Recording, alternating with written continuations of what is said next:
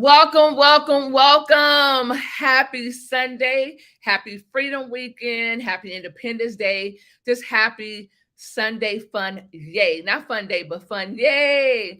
My name is Dr. Tina D. Lewis, and I am stoked out of my mind on this 27th episode of Global Women Speakers Sunday Speaker Series. Now, I know you're like, what is that? It is something that happens every single Sunday, no matter what. We just had an earthquake here in California. It was a small one, but I felt it. So, rain, sleet, snow, or earthquake, we would absolutely show up. I have some very powerful guests here this afternoon. But what I want to do, though, is first I want to say thank you. Gracias, shukriya. Thank you for being here because, as I said, you could be anywhere on this beautiful Sunday afternoon, but you made the conscious decision to be here. And for that, we are grateful. I have some powerful women in the background. They're in the green room, if you will. But what they're going to share today is going to be, bar none, the absolute best. I am Dr. Tina D. Lewis. I am the founder and creator and the visionary behind Global Women Speakers. And I know everyone's like, why did you do that? Well, here's the deal. My background is actually medicine. I love helping people. And I have a crazy story. I'm talking about from having everything to having nothing, to my mom being in a near fatal car accident where she was hospitalized in a coma for 3 months. 3 months, body cast. It was horrible. And our life spiraled downward so fast. I didn't even know what hit us. And we ended up living in the projects. And I got pregnant at 18, had my daughter when I was 19 years old. And I can tell you that it was hard, right? It is hard. And no matter what you're going through right now, I know it's hard, but so is the option. So is the opposite. That's hard. Being broke is hard. Being disciplined is hard. Eating right is hard. Life is hard. But it's all about perspective. I don't believe it's things that happen to us. I believe it happens for us. And even though I say that now with a smile on my face, I had to remind myself that in time of turmoil, in time of conflict, in time of poverty, in times of, and you can fill in the blank. And so for Global Women Speakers, our mission is to put women on a platform where they can share their messages, share their products and their services, and network with women around the globe. We are and will be the #1 platform globally. We are already in 29 countries, and we're going to take each of them by storm. Every single country, there will be a woman that has not shared her story, and we're going to give them that voice, that platform. And that's who we are. And so I could go on and on, but it's not about me. Once again, I just want to say thank you, really thank you from the top of my heart for being here. If it were not for you showing up every single Sunday, like we started as a grand finale in December. I wanted to have an event, but I wanted everyone to attend. I didn't want it to be geographically restricted, or people who wanted to attend, they could not participate, so they could not get the information. And I could tell you information is worth literally trillions, gazillions, because it's priceless. It is priceless. But what makes it priceless is not the information itself, it's what we do with it. What we do with it. And ladies and gentlemen, I can tell you that my first time ever making an investment in myself, I spent $6,000 that I did not have. I had never spent $6,000 on something I could not live in or I could not drive. Matter of fact, at that time, I had probably never had $6,000 collectively at one time. And so I can tell you this, the ladies that are here today, they're servant-driven leaders. They are not like-minded, but they are like-hearted. And they are part of Global Women Speakers. And so without further ado, I am going to move out the way, and I'm going to bring both of these ladies up just so we can chit-chat for a minute. But what I would like for you to do as the audience, as the participants, as the rock stars you are, let's give yourself a round of applause for being here again. And I can't stress it enough. I'm humbly grateful that you are here. And so what I would like for you to send out last minute text messages, right? Grab your iPhone 13, 14. And for those of you who have droids, God bless you. Grab your droid and go ahead and send out last minute text messages to those and say, listen, I am on a Zoom, I am on a StreamYard, I am on a live, I am on whatever you want to call it. And some nuggets, some gems are going to be dropped that will help you change your business, your life, your income, or your impact. Your business, your life, your income, or your impact. And so let me bring my friends up. These are my hashtag global sisters. Matter of fact, if you are watching this live, go ahead and hashtag global sister in the chat. Global sister in the chat.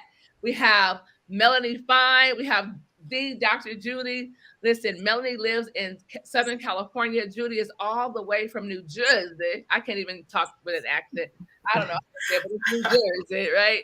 So, ladies, thank each of you for being here. I am honored to have the Melanie Fine, Cornell graduate. She'll tell you more about that. She's a media beast.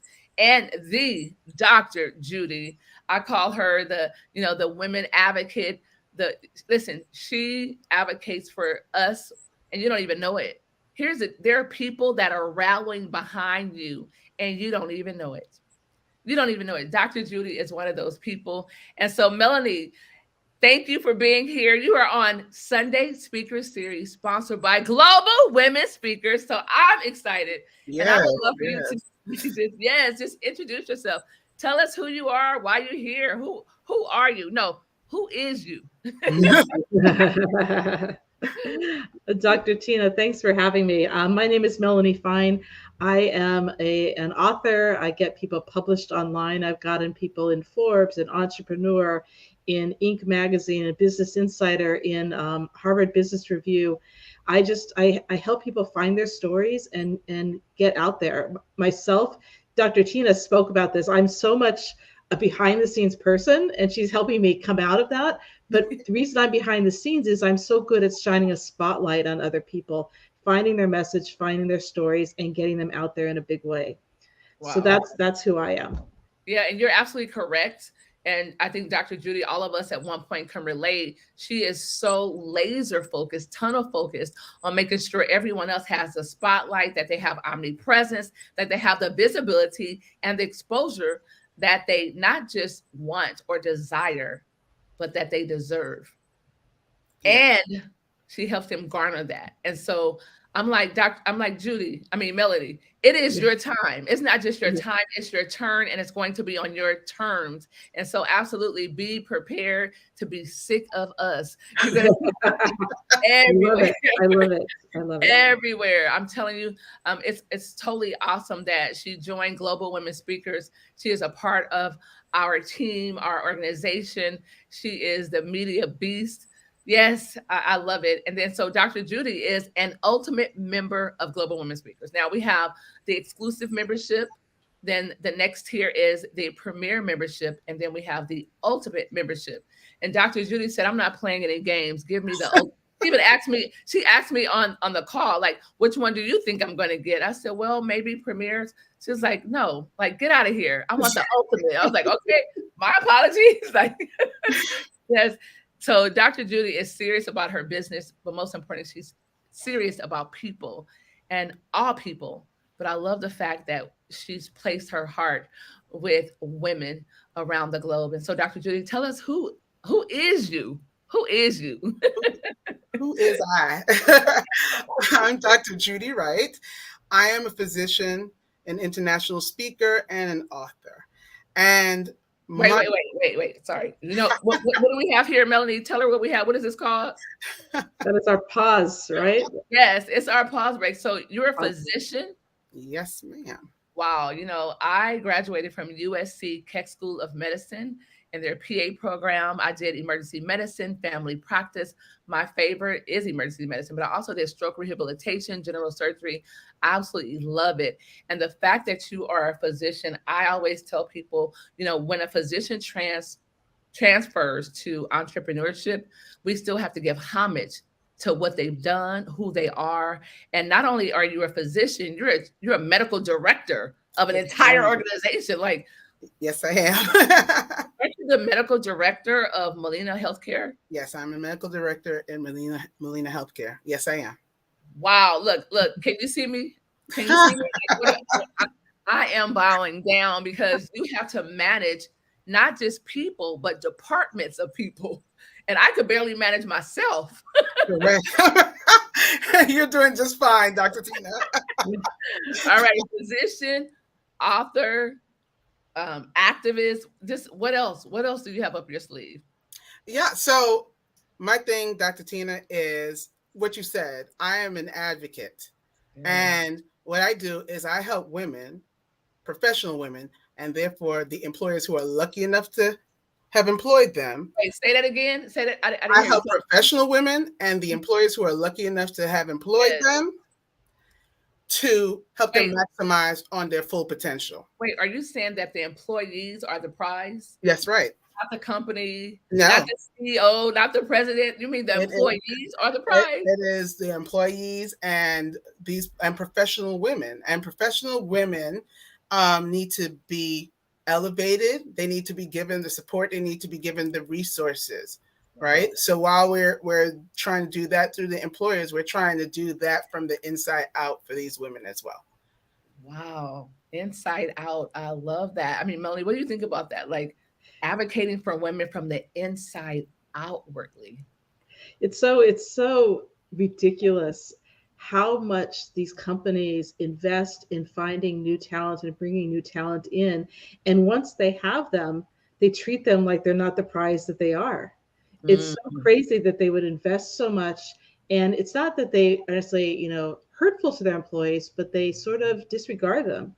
Once they have them in their circle, they don't realize that relationships are a continual give and take of all parties. That would be correct.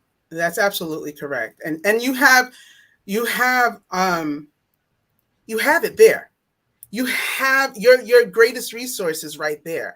And professional women bring something to the table. No, nothing against the professional men, but professional women bring characteristics to the table that professional men can gain, but don't often have. We're walking in the door with it, right?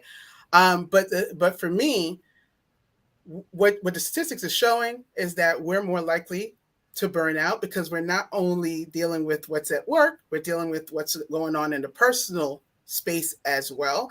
And we often hold a great deal of the responsibility there as well. So what I advocate for is finding that life balance. And you will not hear me say work-life balance because I don't believe in that, because work is part of life. So gaining that life balance so that they can elevate personally and professionally. Okay, that's a pause break. So you said there is no work-life balance because work is a part of life. I need you to elaborate on that because, Melanie, I don't know about you, but I hear that all the time, work-life balance. They're either work-life balance coaches, right? So I would love for you to elaborate on that because that was profound. Life is a part, work is a part of life. It's a part of life until you retire, but it's still a part of your life. And I think when we use the term work-life balance, we make work a whole different entity. No, there's work, which is your professional life. And then there's the other piece, which is your personal life. And that can encompass a lot of things. But when we divide it like that, that is what causes us to be more imbalanced because our brains start to tell us, I got to be torn so many places all the time, and almost tells you cannot balance it because it's so different, but it's actually a part of your life. So how will you maintain that life balance, right? So that everything gets its ample piece of you and that you can excel, because it's nothing worse than feeling like you've become jack of all trades, master of none, and you can't get there. Then you start to feel as if I'm not good at anything. Right. You start to feel depleted, insignificant. Exactly. Absolutely. And so I love that. Mel, what's your take on the myth of work-life balance, if you will? Well, it's so interesting because not only, I mean, what Dr. Judy's saying is really interesting, but in these days, how many of us just have like a 9 to 5 that we go to, and then we come home from it? So that there are these literally two disparate pieces. I mean, I don't know anybody whose life ends at whose work life ends at 5, and now their personal life starts, and they come back to work again, and they don't ever show up on the weekends. I mean, we've got so many plates spinning. It's not the world where there's just work and life. I mean, work, it permeates life. And the other thing that I find really interesting, and this is from a media perspective, is who we are permeates our work. Our work is who we are these days. It's not just a job we do. We're not pencil pushers. We're not putting, bottle caps on, in an assembly line. It's an organic expression of who we are in all ways, and so are our personal lives, and you can't really separate them. Which, what they said in the pandemic made it so much more challenging for people to be able to make that time for personal life, and that because those boundaries started bleeding, and frankly, those boundaries are gone, and so we are the ones who have to start setting those up. Yes, yes. Because the Dr. Judy's language, you see her smile, just she's like, her head was a wobblehead, like she was like a curly wobblehead. I love it. So okay, so I have always believed that there's not a such thing as balance. I just don't believe in it, because whenever you focus on one thing, something is going to lack. That's just the reality, or that was just my I guess maybe that was my perspective, but I can tell you that perspective allowed me to excel in a lot of different things, because my work is my life. It's my life. My work is, you can't separate global women speakers, travel, speaking, fitness. You can't separate those from Tina D. Lewis, because that is my life. That encompasses all of who I am. It's a holistic approach. Mm-hmm. And so I believe that when we embrace that and not try to adapt to what society or our employers, hey, you know what, you can't make personal phone calls because this is work, that's your life. No, you're going to do both. You're going to take a break and you're going to go make a phone call to the outside world, because that's a part of your life. And there's so many things. So Dr. Judy, I want you to talk more about that later. But what I would like to do, because Melanie literally just said, she said, you know what I want to share is that work-life balance, and especially when it comes to media. And so Melanie, in my humble opinion, you are the GOATess. Like GOAT. GOATest. Not just the GOAT, but the GOATest. So I would love for you to talk about media. Talk about why, first of all, why media? Why do entrepreneurs, why do businesswomen, period, anyone need to be featured in media? That's number one, why media? And number two, why, so why media? But number two is, why should we hire someone to do it for us? Because, we think we're like, okay, we could do it ourselves. Like we're Facebook famous, we're Instagram famous, like we're YouTube famous. So why do we need to be in a publication? So what I would like to do is, I am going to remove myself. Dr. Judy and I are going to go to the green room and we're going to chat it up. But while we do, we want you to share why media? Why coverage? Why is it important? And number two, why do we have to hire someone? Why we can't just do it ourselves? And then the third thing, if you could leave us with some tips of how to get ourselves featured, then we will love that information as well. I know, because what I did is I Googled how to, and a plethora of information. There are millions of information on media. So that means that people are searching for it. So Dr. Judy and I have my pen right here. I have my paper. And so I'm going to take copious notes. And I suggest, if you are watching this live, go ahead and hashtag live. If you're catching a replay, if you're watching us on YouTube, hey, YouTube. If you are watching us on LinkedIn, thank you. We have to be professional on LinkedIn. If you're watching on StreamYard, hey, y'all. And so we are just honored that you are here. Dr. Judy is going to share some amazing nuggets. Melanie is going to tell you, listen, why media, how to get featured, but most importantly, why you must hire someone. We have to get out of the auspices of simply feeling we can do everything ourselves. No, you can't. Dr. Judy just said you don't want to be, a jack of or Jill of all trades and a master of none. Find your niche, find your gift, find your purpose, and operate in that. Outside of that, listen, 2 words, automate or delegate? With that being said, Judy and I are going to go to the green room, and Melanie, the floor is all. There we are. So let's. So I just wanted to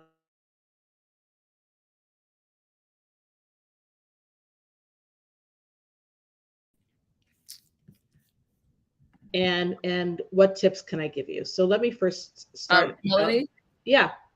you went out for a minute. You went Oh, into the matrix for a minute. So we're gonna just do a retake. So okay. 1, 2, over to you. Okay. So let's talk about. Am I still in the matrix? I'm good. Okay. So why media? Media is huge because, as you know, whether you want to believe it, whether you think it's true in the world, or in the ideal world that you're living in, um, people judge books by their covers.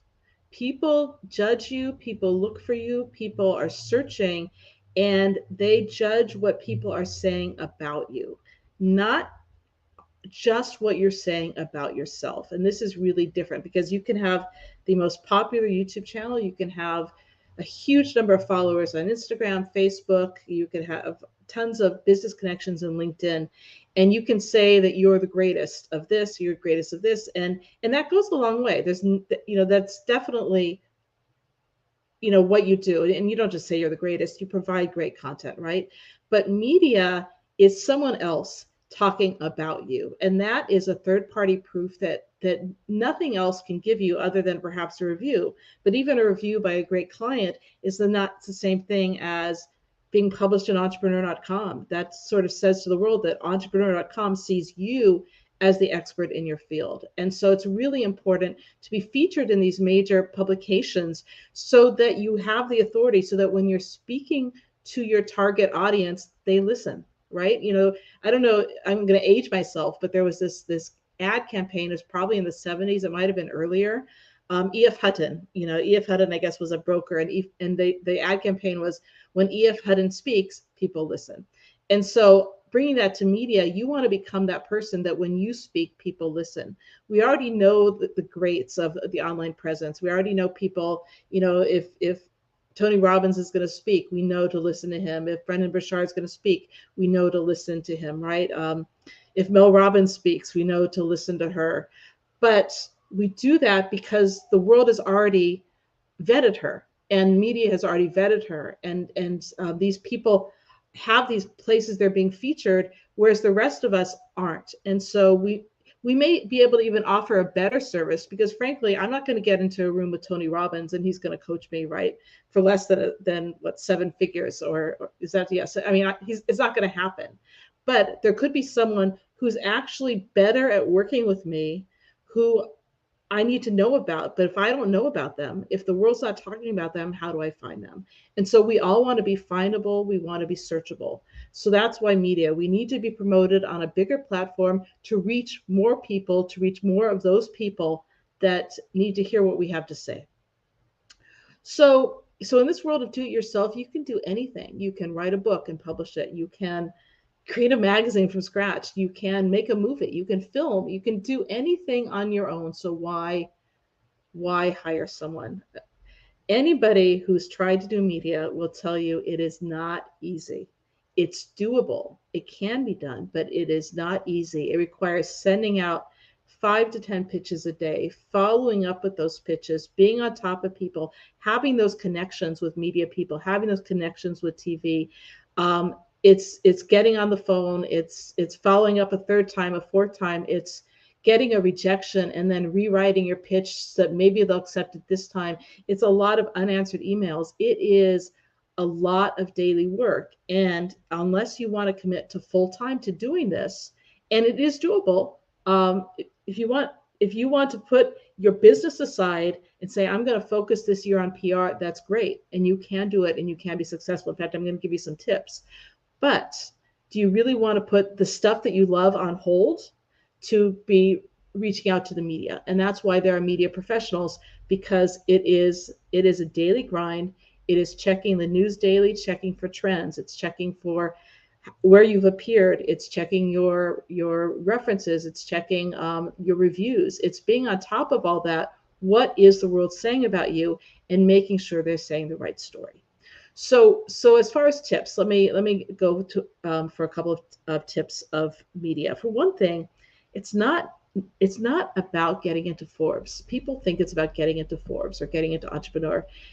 That is part of it, but that's part of a strategy, a long-term strategy. A one-hit wonder, disappears as soon as you drop the ball. It's sort of like you're keeping a balloon up in the air that's filled with air instead of helium, right?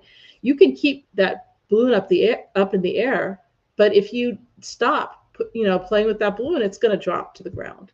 And so what you need to do is have all of these balloons up in the air. You want to be featured in this magazine that is, let's say, the magazine of your niche. You want to be featured in this blog. You want to be talked about here. You want to be on podcasts. You want to be in Global Women Speakers, right? You want to be out there all the time delivering your message.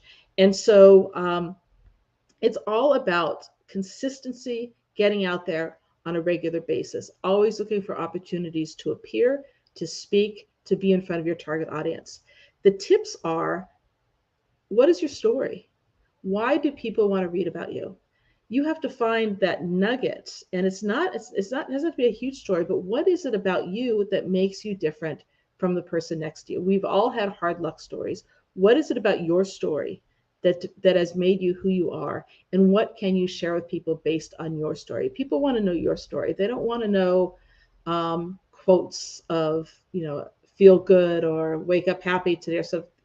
People love quotes, but what is your story? What is the raw and the real? What have you overcome?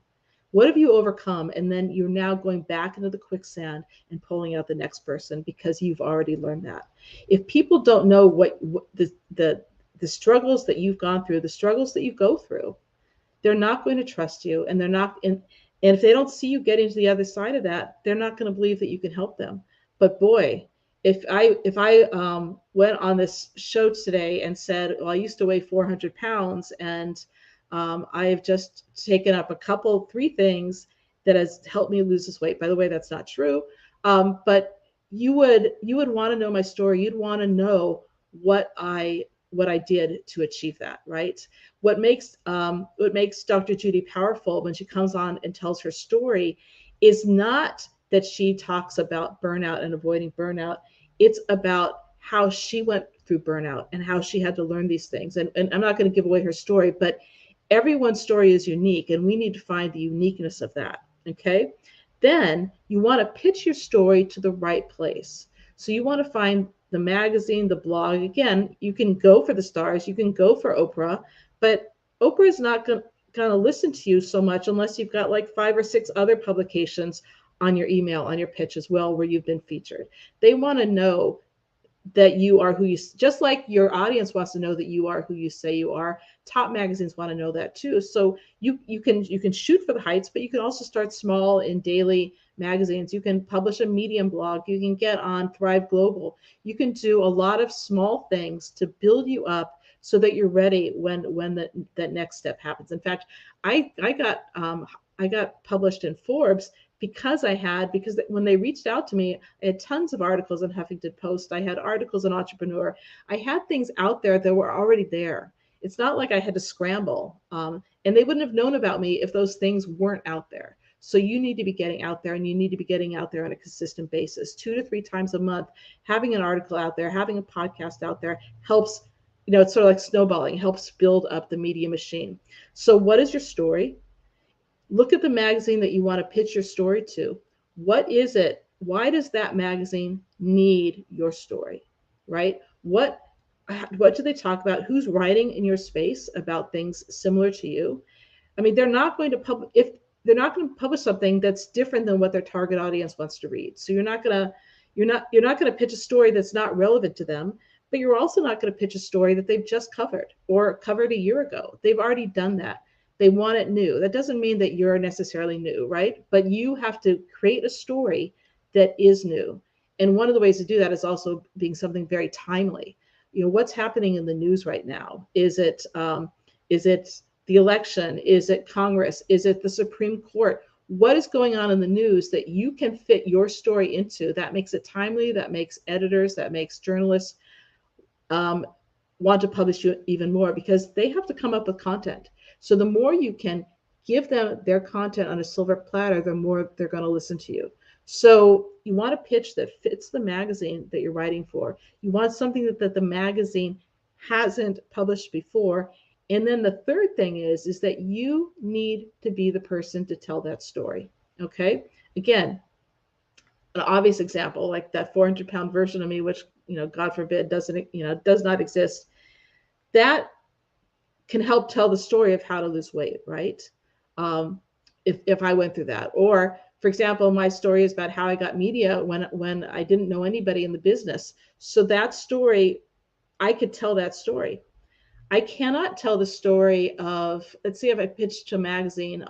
Gosh, what do I know? I don't know about fly fishing, right? Rachel Maddow knows about fly fishing. I don't know about fly fishing. So if I found a great story about the most amazing fly fishing place that experts have been going to for years, that other people don't know about it, no one's going to listen to me, because I am not an expert in that area. Why am I the one to tell it? Okay. It's so interesting how the media has shifted, even in the Black narrative. Here I'm a white woman talking about the Black narrative.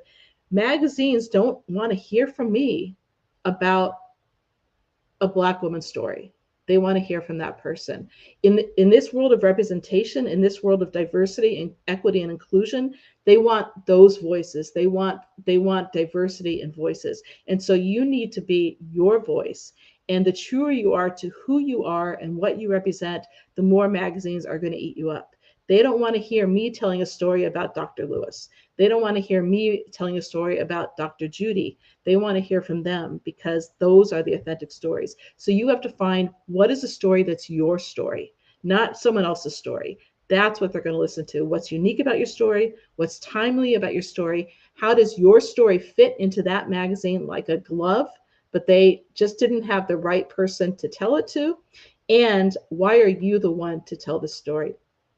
I once had a meeting with an editor of the opinion section of Newsweek, and she said the person to write the story is like when news breaks, and she probably tells this in a more eloquent way, but I'm going to retell her story. She said that when news breaks and you're sitting at a bar having peanuts and a drink, and you're talking about what just happened on the news, you just saw it on the news, you're sitting next to that person who just knows the whole backstory about it, can tell you everything about it from every angle, and is like the unicorn of that story. You just sat yourself to the perfect person who can explain all aspects of that story. That's the person who needs to tell the story. So you need to figure out what you're a unicorn in, and you need to tell that story and pitch that story.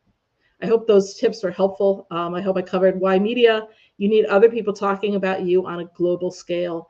You need to hire someone unless you want to do this full time, because it takes full time.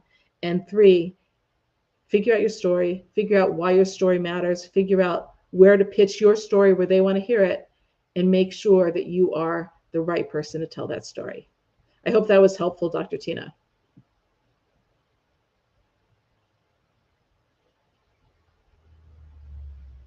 I think they're off on a coffee break. They're probably at the bar listening to someone telling them about the news, a perfect unicorn in that story. So I'm going to say back to you.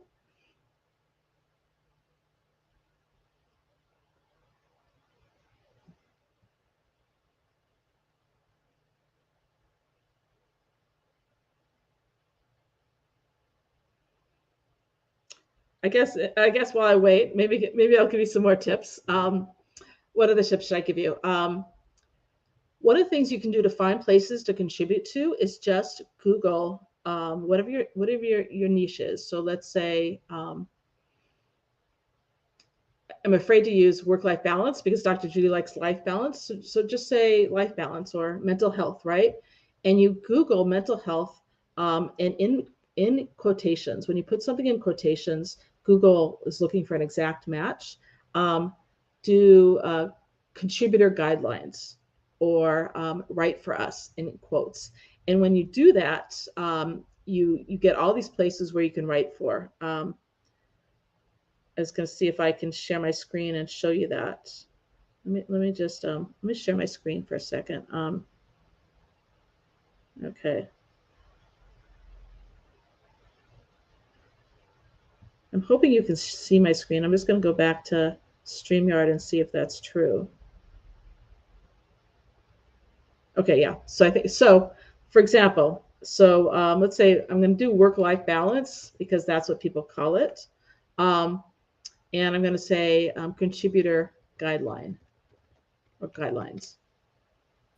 I love So it. here's contributor navigating work-life balance. Contributor guidelines.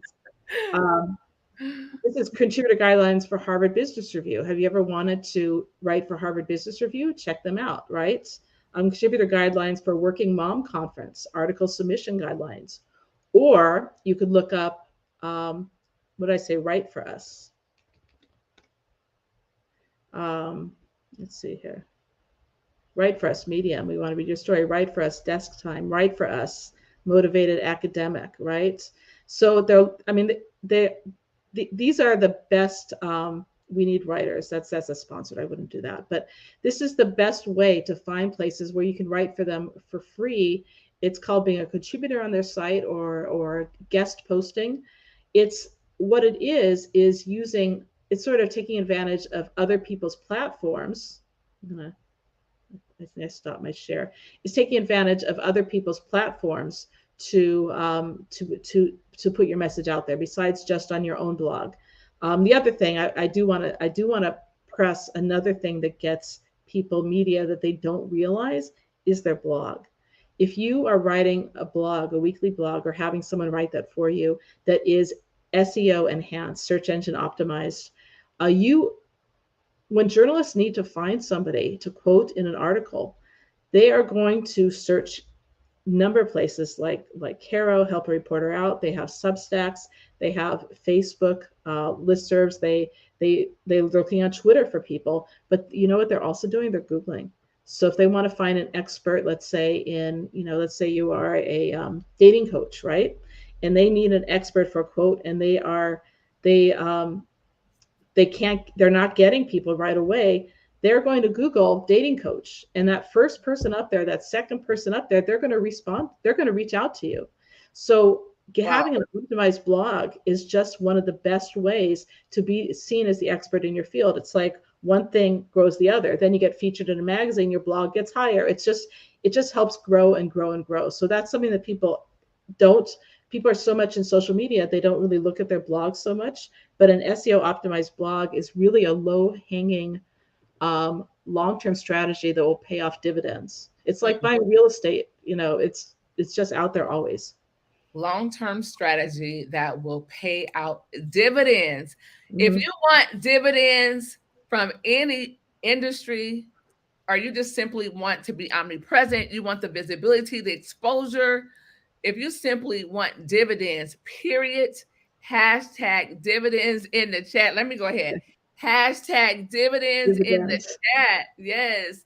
Melanie, listen, what you just did was you just gave us a crash course in media and opportunities. And for that, I'm honored that you chose Global Women Speakers to hang your flag. Like, this is going to be awesome. So if you are already a part of Global Women Speakers, just stay tuned. If you know a Global Women Speaker, just keep your eyes on her page on Google, because it's getting ready to be explosive. That's all I can say. Matter of fact, were you working with Dr. Judy maybe this weekend sometime? So I met with Dr. Judy on Friday. We had a great hour together, and we are going to start spinning the media on her and building her up in the media. And it's not fluff. It's not fake. People need to know what she does. Yes. And she can't, and Dr. Judy and all of you cannot have the impact you want unless the right people know about you. You need to get in front of a bigger audience. Say that sentence again. I need to hear that again. Say it loud for the people in the back, Melanie. For the people in the back, you cannot have the impact you want if you're not reaching the people who need to hear you. Wow. That's it. That's profound. So you can't say the right thing to the wrong person. You can't say the wrong thing to the right person, right? And Right. so your vibe will attract your tribe. I know that's a cliche, but it's just the reality. You need to be where your audience is. So, for example, for global women speakers, I need to be all over the globe. Like literally, I need to be where the women are, the women entrepreneurs around the world. So if you are a small town bakery and you're on a billboard in Dubai, it doesn't mesh, right? But if you're a small time bakery and you're coming up as number one on Google, like on Google Maps, on Google, and you're on the billboards surrounding your areas, then I believe that would suffice. Or if you're in a local newspaper, or if you're doing a re-grand opening or a sales, and you're partnering and building strategic alliances with other businesses that's in the same zip code, then that's worth it. And so, Melanie, three things. Number one is there a such thing as too much media? Is there such thing as just too much omnipresence? Ask Donald Trump. Is there such a thing as too much media? No, no. I mean, he's a master. No matter how I feel about the man, he's a master of even milking the bad news, right? What do they say? Even bad news is good news in the media. Publicity, yes. Publicity, right? So it's being omnipresent. If people know you're the right person to go to, well, they need to hear about you. If they know that you're the right person to go to, they will go to you. They may not be able to afford you initially, but they'll be following you. They'll be listening to you. They'll be counting their pennies until they can. But it doesn't matter whether they afford you or not. You are what you're doing is giving them a gift of your presence and your content for everyone, and people can seek you out at their level, whatever level they're at. All I can say is that I'm grateful, I'm honored that you are a part of Global Women Speakers and that you will be taking care of our media. And so, listen, I don't just partner with anyone. There are people, ladies and gentlemen, that will say what's needed for the moment. There are people that you will meet in certain seasons of their lives. And there are certain people that will try to sink the entire ship because they can't be the captain. Right. And so it's about alignment before assignment. And I've been following Mel, like listening to her things. I've heard what people have to say about her. I've seen her work. And just simply talking to her, getting to know her. She's here in Los Angeles. I like that the most because guess what? I get to sit down with her and I cannot wait. Like we're going to sit down, have lunch. We get to talk about all the global women speakers and how to put them in the limelight. All I can tell you, ladies and gentlemen, that global women speakers membership has its privileges. This is not an extra service they have to pay for. It comes with their membership. All right, I don't know if you guys, it comes with their membership. There are so many unspoken benefits that these ladies are getting because it is not my reasonable service, but it's my obligation. This is my life's work. This is what I choose to do with the rest of my life. Speak on platforms around the globe and travel and see places that I've never been. We are getting ready to go to South Africa and speak at the University of Johannesburg. I've never gone. I've always wanted to. And so not only do we get to go to the excursions and see the safaris and the waters and the beaches and the beautiful people, but we're going to share our messages. We're going to sell our products and our services and network literally with women from different walks of life, different religions, different cultures, different backgrounds. We are going to have a blast. And that is what Global Women Speakers is all about. And Melanie, I'm so grateful that you're looking at coming to New York. You guys, I need you to hashtag New York because I need Melanie in New York. Like, there's no if, answer, but when global women speakers are going to show up, right? And like Dr. Erica is headed to Italy right now.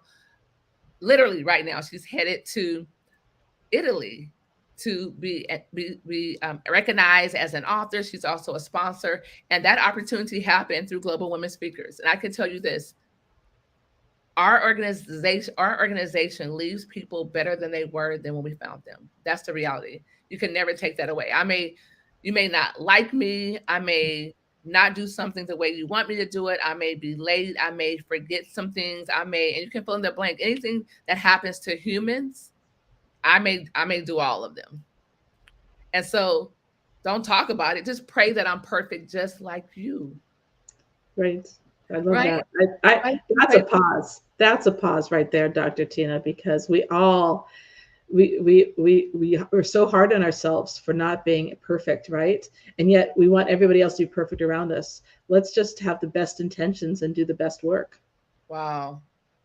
Alignment before assignment. I love that. Thank you, Mel, for that pause break. Yeah. Absolutely. And so I just know that everyone that's attached to Global Women Speakers will absolutely win. Their businesses will explode their not just their business, but I can tell you their confidence, their aura, their mission, their purpose will be heightened because of Global Women Speakers, because we will put them in places that they cannot put themselves. We will make sure that they're connected to the right people, just like Melanie said, the right people. The network is expansive, literally around how could we be invited to University of Johannesburg and also invited to the Philippines. This is unbelievable. So if you're truly ready to take your business globally, because I'm going to use Jesus, right? Some believe he was the son of God. Some believe that he was a prophet. Some believe that he was just a great man. I'm going to use him as an example because he was not accepted in his own hometown. He was just simply the carpenter's son, the carpenter. He was just a carpenter. And so, ladies, I'm here to tell you, you don't have to wait for anyone to acknowledge you, to give you permission to, to support you. You don't have to wait for that because there's a whole, the world is filled with billions of people, right? How many people are in the world now? Melanie, do you know? I'm going to Google it. It's like 6 billion something. Am I Yes. far off? I'm going to Google it because I always look at it. How many Oh, oh, people? If you pretty good. know how many people are in the world, hashtag it below, and you would get $100, $100, a crisp $100 cash app. You have to get it before I get it, though. You know, you see anything? Anything coming up? Anybody put anything? 7.8 billion. 7.8 billion, and that was in 2021. 7.8 billion. Unbelievable. I just put 2023. Wow. Listen, you guys, the projected world population as of January 1 was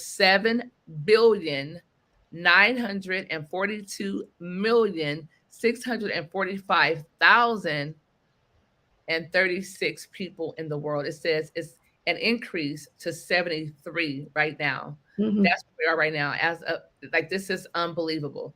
It says during January of 2023, there were 4.3 births and 2.0 deaths are expected worldwide every second, but we are at 73 billion. So if your mother, if your husband, if your best friend, if your sister, if your brother, if your pastor, if your, you fill in the blank, whoever it is that's not supporting you, there are 73 billion people in the world. And some of them are right under your nose. Just talk about 7.3. 7.3, right? yes, yes, 7.3, sorry. Okay. 7.3 billion people in the world. Mm. 7.3 billion people in the world. So you don't need that permission. If you're waiting for permission, Oh my goodness. boom, you have it. Like you have, I just gave it to you. You have permission to go out, live out loud, to make an impact on the world, to be the best you, to sell your products. Yes, sell your products.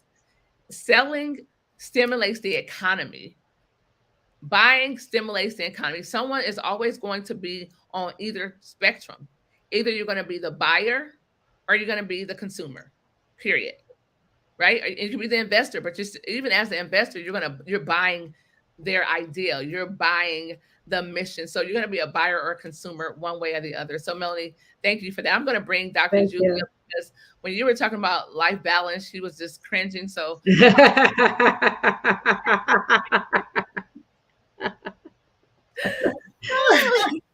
I apologize, Dr. Judy. I knew. That is quite all right. I wasn't cringing that much, but just a little. Judy, what I mean, based off the items, the nuggets, the gems, the strategies, the blueprints that Melanie shared, like what was your takeaway from that? Oh my goodness. So, um, Delegating is one of the things I talk about, and it's not always easy because one, when you are spectacular women, you're so used to doing things on your own, and letting go of that bit of control, and make no mistake about it, spectacular women like the control that they hold, right? Makes that difficult.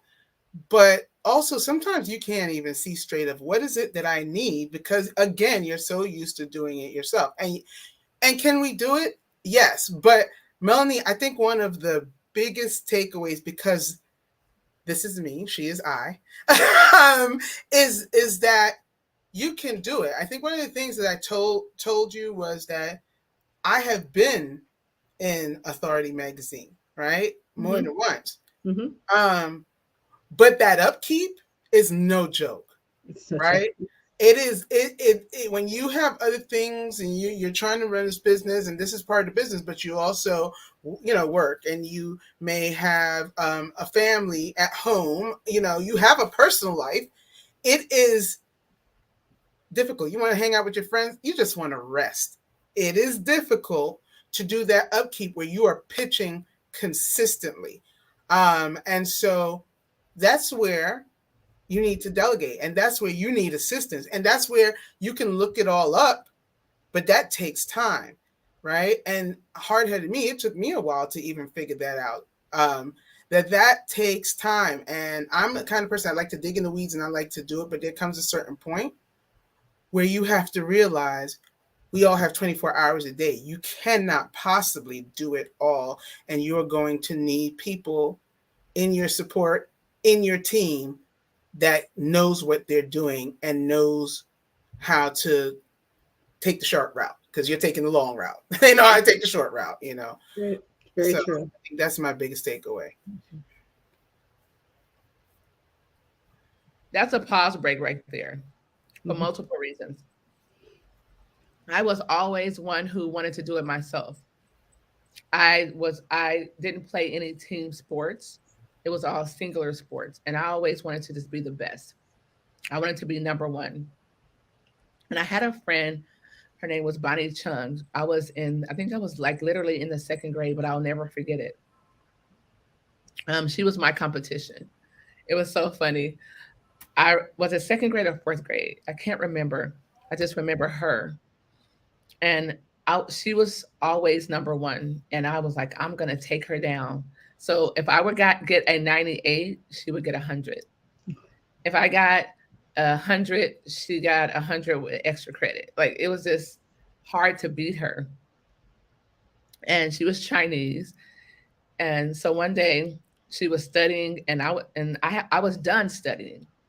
But I said, you know what? She's still studying, so I'm going to study. And she kept studying, and she kept studying, and I'm like, I'm done. Like I was. And so we became friends. And when I got a chance to look into the culture of people who operate collaboratively, it blew my mind, because I'm like, well, if I help them, then how can I be number one?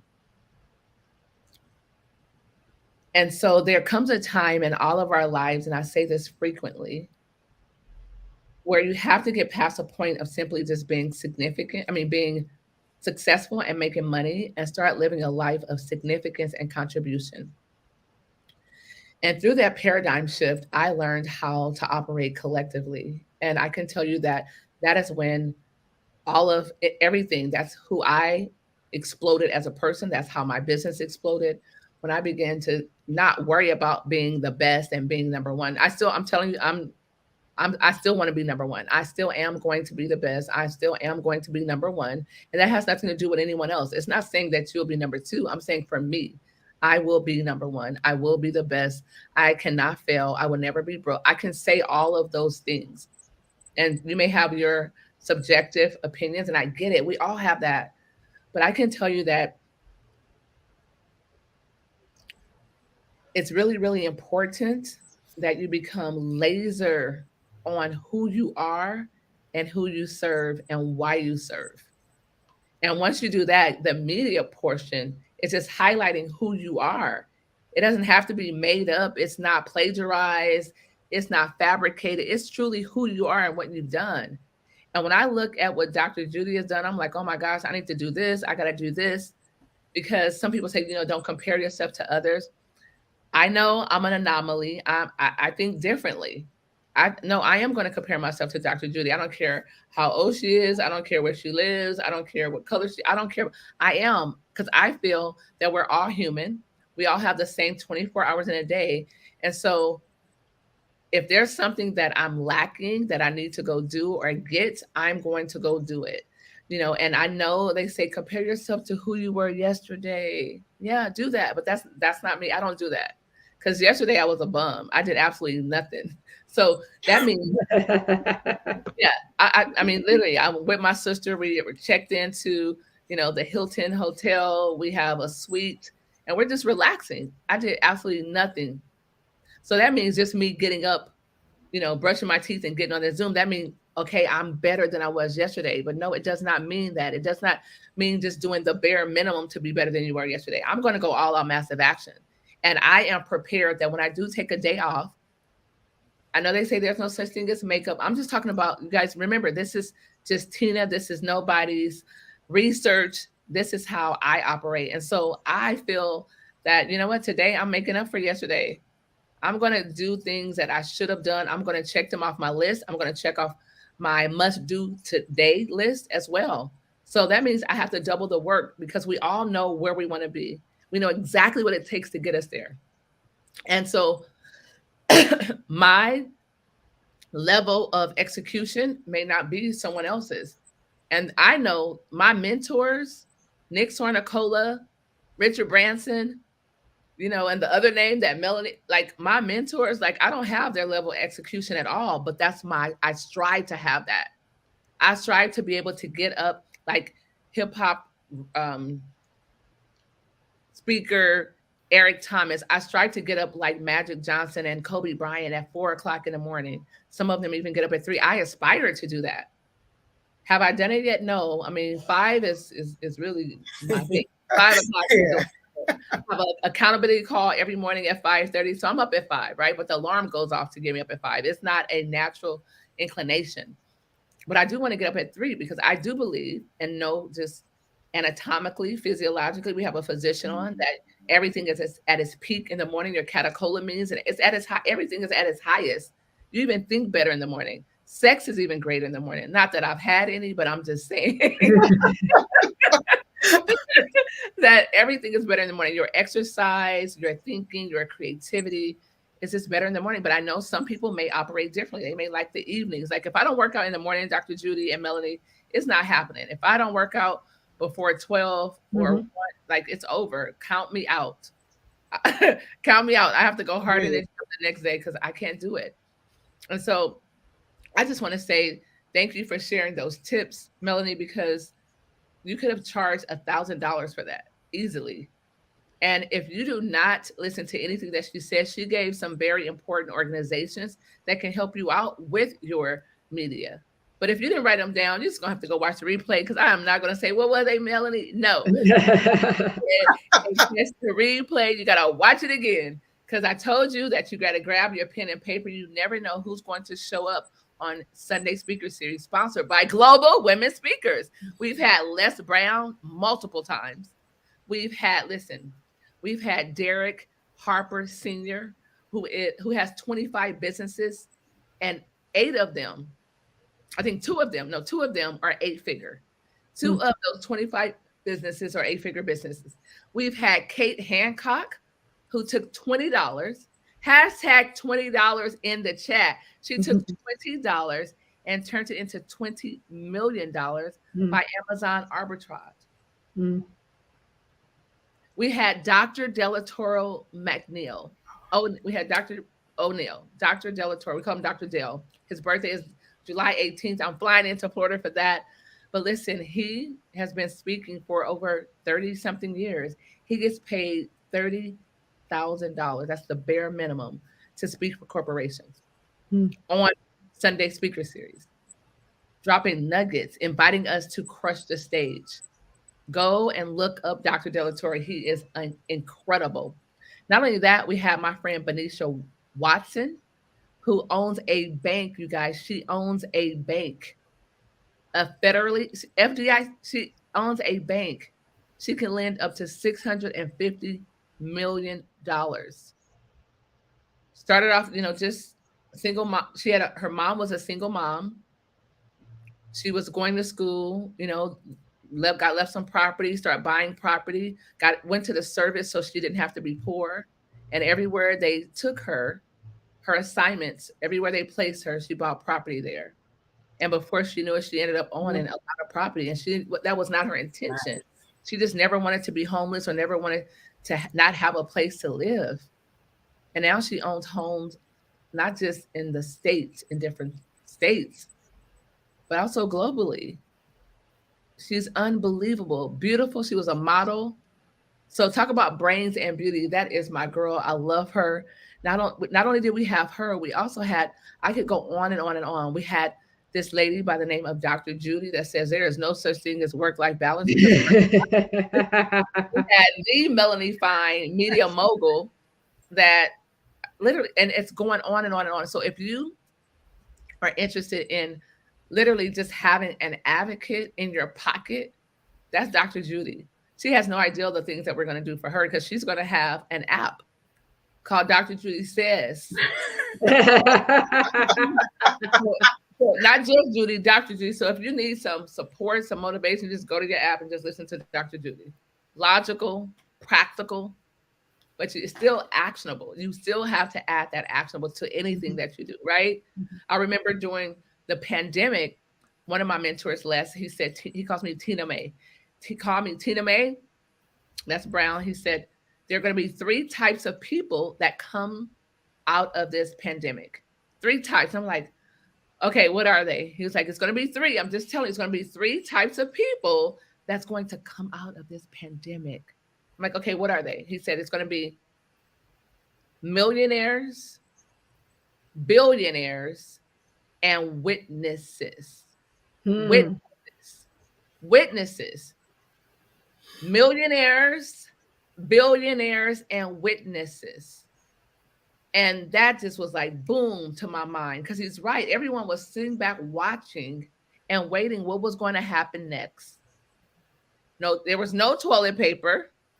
There was no necessities, right? Like it was do or die. And some people did die, unfortunately. But for those of us that survived, it's like, were we witnesses? Did we become millionaires or did we become billionaires? And I didn't become a millionaire during that process, but I made over $250,000 in simply offering masks, real masks, the KN95s and the N95s to hospitals. I bought them for a pittance, and I bought them from China during the pandemic for pennies. And I sold them for $1.10, $1.25. And those clinics ordered massive numbers. And I could have replicated that, and I could have made multiple millions during that pandemic. So it's not just during the pandemic, but it's now. We're in a recession. I took an Uber yesterday to the hair salon, and the guy reached from it wasn't Uber Black, SUV. It was a Suburban or a Yukon. And so I'm standing there. I ordered it and I paid that price because I want service. And you may be like, you pay that for a SUV? Yes, I did. At one point, I could not, and I would have not. Remember, I'm the girl that used to live in projects that used to water dirt because there was no grass. There was nothing arable there. Nothing grew, sometimes not even the people. And so I will afford myself the things that I want. And so what he did is he did not get out the car to come and open my door. You know what he did, you guys? Can you guys say, what did he do? What did he do? He was in the driver's seat. He reached in the back and leaned over to open the rear passenger door, and the door is slung open. I had never seen that before. So he pulls up. I'm on the curb there with my items, waiting for him to come out and open the door and let me in. But he leans back, reaches back, and opens the door. And the door just throws open. And I'm standing there, and I look in, and he's in like this. So then I just said, excuse me, and his name was on my app. I said, sir, and I said his name. I said, please don't be lazy. Can you get out and come open my door? And I closed the door back. So there's two things out of that. Number one is you get to teach people how to treat you. You get to, nobody can treat you any way that you do not give them permission to do. You have to sign off on it. You have to put your stamp on it. Do not allow people to treat you any kind of way. And you could say it was because I was a woman, because I was a different color. You can say anything, but I don't look at it like that. I just said, don't be lazy, because it had nothing to do with me. Stop taking things personal. Follow the 4 agreements. Number 1, never take anything personal. Number 2, never make any assumptions. Number 3, always give your best. And number 4, be impeccable with your word. And that all 4 of those, I'm a work in construction. I'm working on those every single day. But I can tell you, by following those simple 4 steps, it's been able to not just catapult my business, but to grow me as a person, as a leader, as a mom, as a sister, as a friend, as a business owner, as a serial entrepreneur, as the bottom line queen. And so when he came around, he did exactly what I expected. And when we got in the car, he was driving, and on my app, I put quiet because I like to make calls. I want to be on my laptop. So I'm handling business in the backseat. That's why I get the luxury car. And so he said, you know what? I thought about it. I apologize. He said, in my mind, I was like, she doesn't know what's going on. And I go, well, what's going on?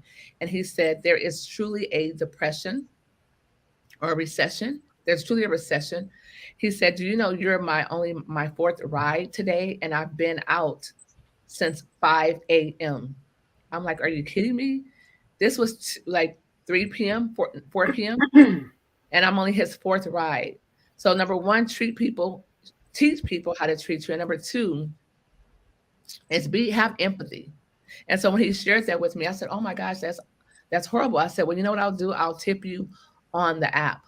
And showing empathy doesn't mean that you have to give money, or you can give your time, you can give other resources, you can volunteer. You can give somebody a smile, a hug. I'm just saying that was the immediate way for me to show empathy with his situation, because I could imagine sitting somewhere, since 5 a.m. waiting for an app to go off so I can go pick up people, if that's what I did for a living. And so number 1, teach people how to treat you. Don't settle for anything less. And number 2 is show empathy. Show empathy. The world is hurting right now. And people just need a smile, a hug, a word of positivity, hope. And if you can give that to them, it is more than money. Giving someone hope to wake up again, to launch that idea, to open that business, to not commit suicide, to not give up, then your job is already done. Absolutely. And so thank you, Melanie. I appreciate you. So Dr. Judy, it's going to be over to you. Like, Mel and I want to know, like, okay, how did you get into this niche of just supporting women? Why women? Like, how come you don't support everybody? Why women? Or do you support everybody? Like, that's for you to share. And so what I'm going to do is Mel and I are going to go in the green room, and I just simply want to turn it all over to you. Dr. Judy, take the floor. Why a doctor turned entrepreneur? Like, how does this work? Are you seeing patients, or are you just over the staff, the physicians and the nurses? And like, what do you do in your business, and why do you do it? I mean, don't you make enough money as a doctor? So thank you, Dr. Tina. Thank you so much to everyone in Global Women Speakers and those who potentially will become part of globalwomenspeakers.com. And so I'm a physician, and I'm a physician through and through. For me, it's almost no different than knowing that I'm a Black woman through and through. And so as a physician and a family physician, I always tend to look at people holistically. So to answer Dr. Tina's question, I'm an advocate for everybody. I am. In my everyday life, I want everybody to be well. And being well is more than whether or not you have some type of physical chronic disease. It's more than that. It's about your overall health. And when we look at overall health, we're looking at everything from your physical health, your mental health, your social and emotional health, even your financial health, right? So why women? The simple answer is because I am one. And as a professional woman myself, I've had my own experiences. So to answer the question, do I see patients any longer? No, I don't see, or a better way to say it is I do not practice clinical medicine anymore, is a better way to say it, because I feel like everybody I talk to is like a potential patient in a way, whether or not, they are. But I don't practice clinical medicine anymore, and I haven't practiced clinical medicine in over 10 years. And how I got to that was because, yeah, I started to feel a little overwhelmed, but more than overwhelmed, it was about finding and following my path and my passion. And within 2 years of practicing clinical medicine, and I think Dr. Tina and I have had this conversation and she can relate. Within 2 years of practicing clinical medicine, I knew that I wasn't going to be one of those people that lasted 40 or 30 or even 20 years. I actually said to myself, you probably are not going to make it past 10. And I have to tell you, words are powerful, because 10 years on the dot, I was done with clinical medicine. And a big part of it is because it wasn't filling my soul, in that I couldn't get to practice medicine the way that I wanted to practice medicine, the way that I always envisioned from the age of 8, of helping the community. And there were barriers to that. But that didn't mean that I could not still help the community. And so one of the reasons that I went into into insurance was, some people call it the dark side, but I went into insurance because I knew, as somebody that understood clinical medicine, I could make an impact there and help, and still helping people who are patients to somebody. But on this side, I'm able to give what I know. So it was a combination of, me following another passion and another path. But also I was feeling a little, burnt out by the whole thing of not feeling that I was getting to practice in the way that I wanted to. And it helped that I also had my son. So I then, decided to move on. And I slowly but surely went from being full-time to part-time in clinical medicine to out of clinical medicine altogether. But my big thing, yes. So you mean to tell me that if you're not fulfilling your purpose, that you will feel empty? Completely. And that's one of the things that began to happen to me. And it happens to a lot of people. Some people, they push it down, and I understand. You're like, I put everything into doing this, right? If I leave this, what am I supposed to do now? Right. And so a lot of times we stay, like I said, I knew 2 years in, but I was there for another 8. Wow. Right. So a lot of times we're there a lot longer than we're supposed to be. But it leaves you empty, and it leaves you stressed, and it increases your risk of burnout. Most definitely. Wow. Most definitely. Well, Dr. Judy, I had to ask that question because oftentimes I talk to a lot of women. I used to work in OBGYN in Watts Health Clinic here in Los Angeles, California. I was the coordinator of their breast and cervical cancer control program. I worked at a weight loss clinic. I just love, being places where I can make a difference, where I'm operating in my gift. And I can tell you that when I'm not operating in my gift and I'm just simply, making money, and I make a lot of money. I made my first 6 figures outside of medicine in 45 days. And I just did it over and over again and found the 6-figure incubator. But there are some times in my life when I think back that I wasn't operating in my gift. I was really in survival mode. And I didn't know a difference.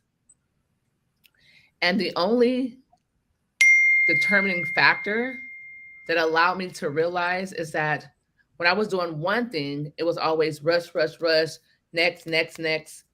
And then when I was operating on the other spectrum, it was always, how can I help? How can I serve? I was happy. And so then I realized that, you know what? This is not for me. And leaving medicine was hard because I went into medicine because I wanted to help people, women. I didn't want to do OBGYN, but I wanted to help people.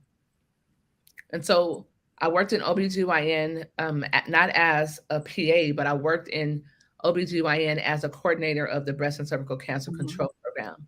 But it was situated in the department of OBGYN. So I've heard so many stories about women, during their pregnancy, what's happening.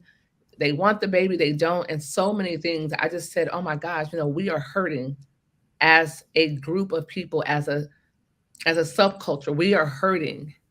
And so I can't help here. I only can help the people that come to the office, that come sit in my particular office at the clinic, and I'm geographically restricted. Right. So I always knew that I was going to do something worldwide, but I didn't know what it was.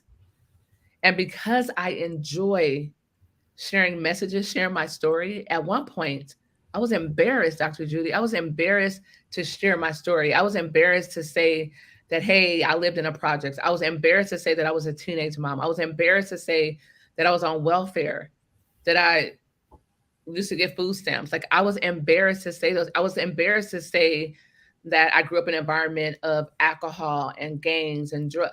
I was embarrassed to say those things. I was embarrassed to say that I had been to prison. I was embarrassed to say those things. And I can tell you this, when I broke free and began to set myself free, then it allowed me to help other people at a higher capacity.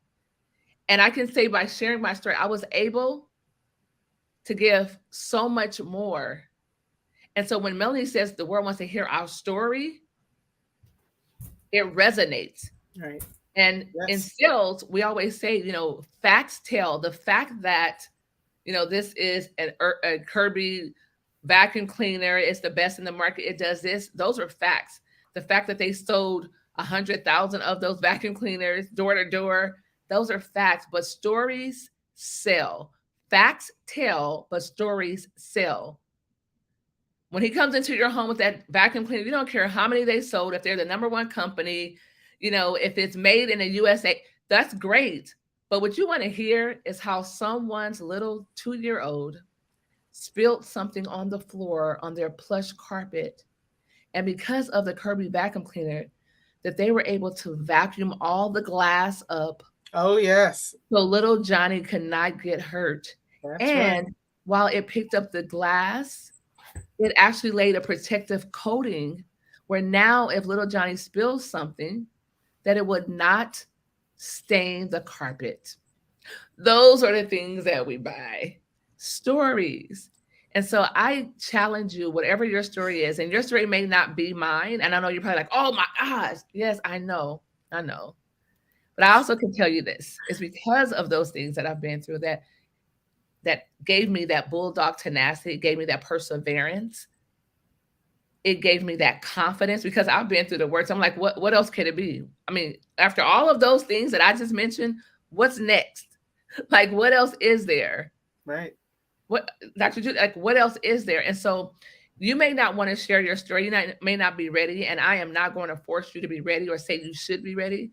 What I am going to say is that when you are ready, the impact that you will make, not just on your life and your family and those around you, but the impact will be explosive on your community, but on the world, because we are all a part of a puzzle and we're just a piece.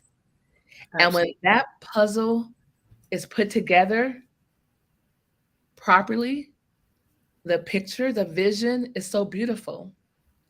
And if it's just one little bitty piece missing out of that puzzle, It's laid out. My aunt does puzzles. She loves them. She glues them and puts them on a board and put them in her sewing room. And if it's just one piece missing, your attention goes to that one piece. One piece. That one piece. And that one piece may be your story. It may be that one thing that will go viral. It may be that one thing that would get you that contract. It may be that one thing that may simply just stop a young girl, a young boy from committing suicide. It may be that one thing that someone needed to hear so they can go out and be an Oprah, to go out and be Donald Trump, to go out and be Mark Cuban, to go out and be someone great. And so when the time is ready, please share your story. It's not easy, but I promise you it'll be worth it. Will you be judged? Absolutely. But if you didn't have a story, would you be judged? Absolutely. Absolutely. So share your story. 100%. 100%. Yes, let's bring Mel back up in here. I see she's in the green room, like shaking her head and like, yeah, yeah. So Mel, where'd she go? Let's add her to the stream. There she goes. There she is. Hey, Mel. It's true. I mean, what you're saying is absolutely true. I mean, people are going to judge you. We are judgers. But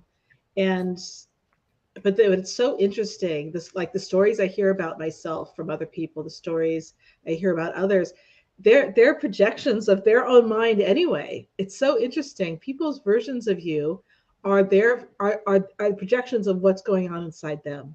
And the more we spend our lives cleaning up our lenses, then we can really see people for who they are.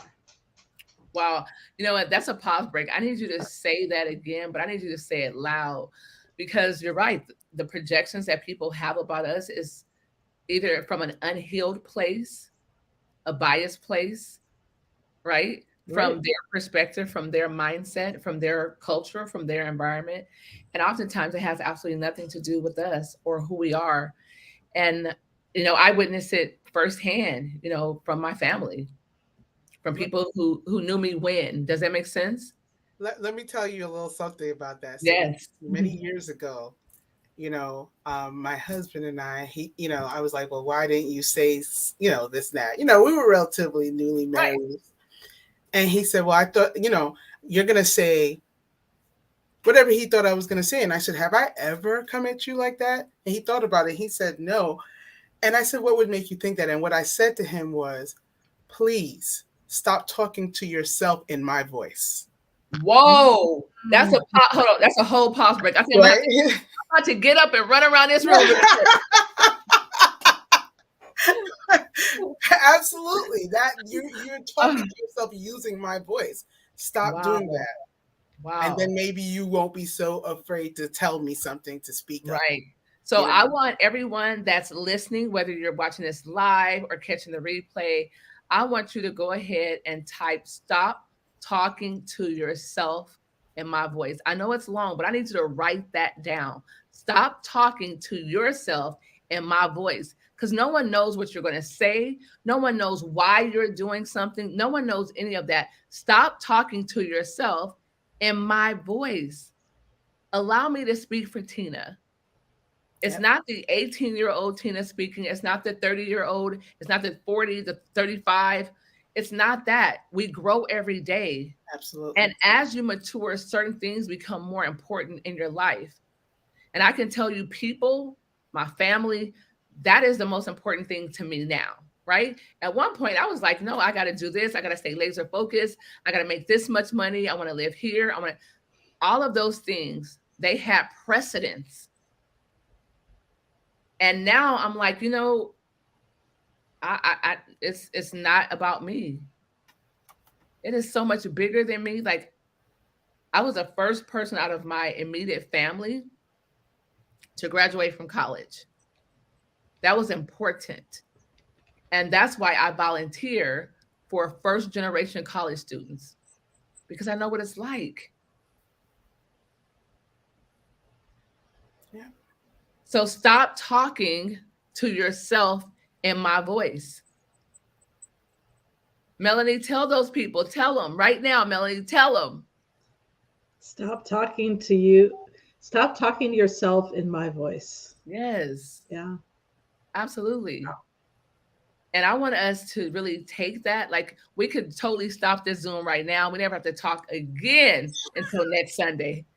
But that, I mean, because that's powerful. It is. People judge us, right, harshly, but give themselves grace. If someone tells you they're going to call you back and they don't call you back, and when you talk to them, say, "Oh my gosh, why you didn't call me back?" They're like, "Oh, I'm sorry, girl. I got caught up. I have my daughter. I had to make runs. I had got another phone call. I forgot." You forget to call them back, they crucify you. You said you was going to call me back. Right. You said you was going to call me back in 1 minute. You said it in 1 minute, Tina. It's been 30. So it is so, I love hearing things like that, because all of us have to introspectively look at ourselves, like, are we being the judge or are we being judged? And I would prefer to be judged than be the judge, because that shows me growth. That shows me maturity. And so I've given space for so much grace that is unbelievable, because I know I was a hot mess. Hot mess. I don't even know how I had friends back then. I mean, I have a few now. Like, I'm just saying, I got to share this story with you guys. David Goggins. Do you guys know who David Goggins is? Anyone? You guys know who David Goggins is? Navy SEAL, Marine Corps. He's called the toughest man alive. His book he wrote is called "You Can't Hurt Me," and he has another book as well. But he was actually abused by his father really badly. He was an overweight kid, and how he escaped that is he said, "You know what? I'm gonna go to the service." But in order for him to go to the service, he had to be physically fit. How can this overweight kid escape being abused, working odd jobs where he was cleaning up crap, like literally boo-boo, right? Like, how could he change the trajectory of his life if he's overweight and he needs to become fit? Well, you just do it. Like Nike says it. And that's exactly what happened. He began to develop that rhythm, that momentum, that discipline, where he lost the weight and he was accepted into the Navy SEALs. Yeah, the Marines, I think. The bottom line is he was accepted into the military, right? And they didn't believe how tough he was. He has the mental toughness that's just unbelievable. And so I was at a conference, my mentor was speaking, and I just had to be there. It was not on our Global Women Speakers itinerary. It was not on my calendar. It was, in the middle of the week, but I had to be there. And I did whatever it took to be there. And so I was on the front row. He was speaking and everyone was laughing. He was talking about how he's tough, how he's this, how he's this. There is no black or white with him. It's just a thin line of the where they meet. Like, there's I can't explain it. You have to read his books or Google him to know who he is and how he thinks. And so I was just in awe of him because I've always wanted to meet him. And I mean, I love the stories of overcomers. I love stories of overcomers who share their story just as being a conduit to help other people, to being a bridge, not a dam, but a bridge to help other people get across whatever that thing is. And so I asked him, I said, David, do you have any friends? And he started laughing and he looked, and he leaned in. And I said, I'm just saying, seriously, you this, you that, do you have any friends? He said, a few. And the crowd erupted into laughter. And he said, you see, this is the problem. You guys, the audience, allows everyone to be your friend. You guys allow everyone to call everyone your friends. But you know what the problem is? They're not your friends. Everyone started clapping. He goes, no, don't clap. They're not your friends. You know why? He said, because if my friend told me that they were dropping out of medical school, you know what I would do? He said, I would get up at 3, 4 o'clock in the morning. I would go knocking on their door every morning, drag them out of bed, drive them to medical school, put them in a seat, When they're in the library, I will be in the library with them. And I would do it day after day after day after day and after day because that's a friend. The problem is that our friends support us not just in our winning season, they also support us during our losing season. Mm. Listen up. They support us during our losing season.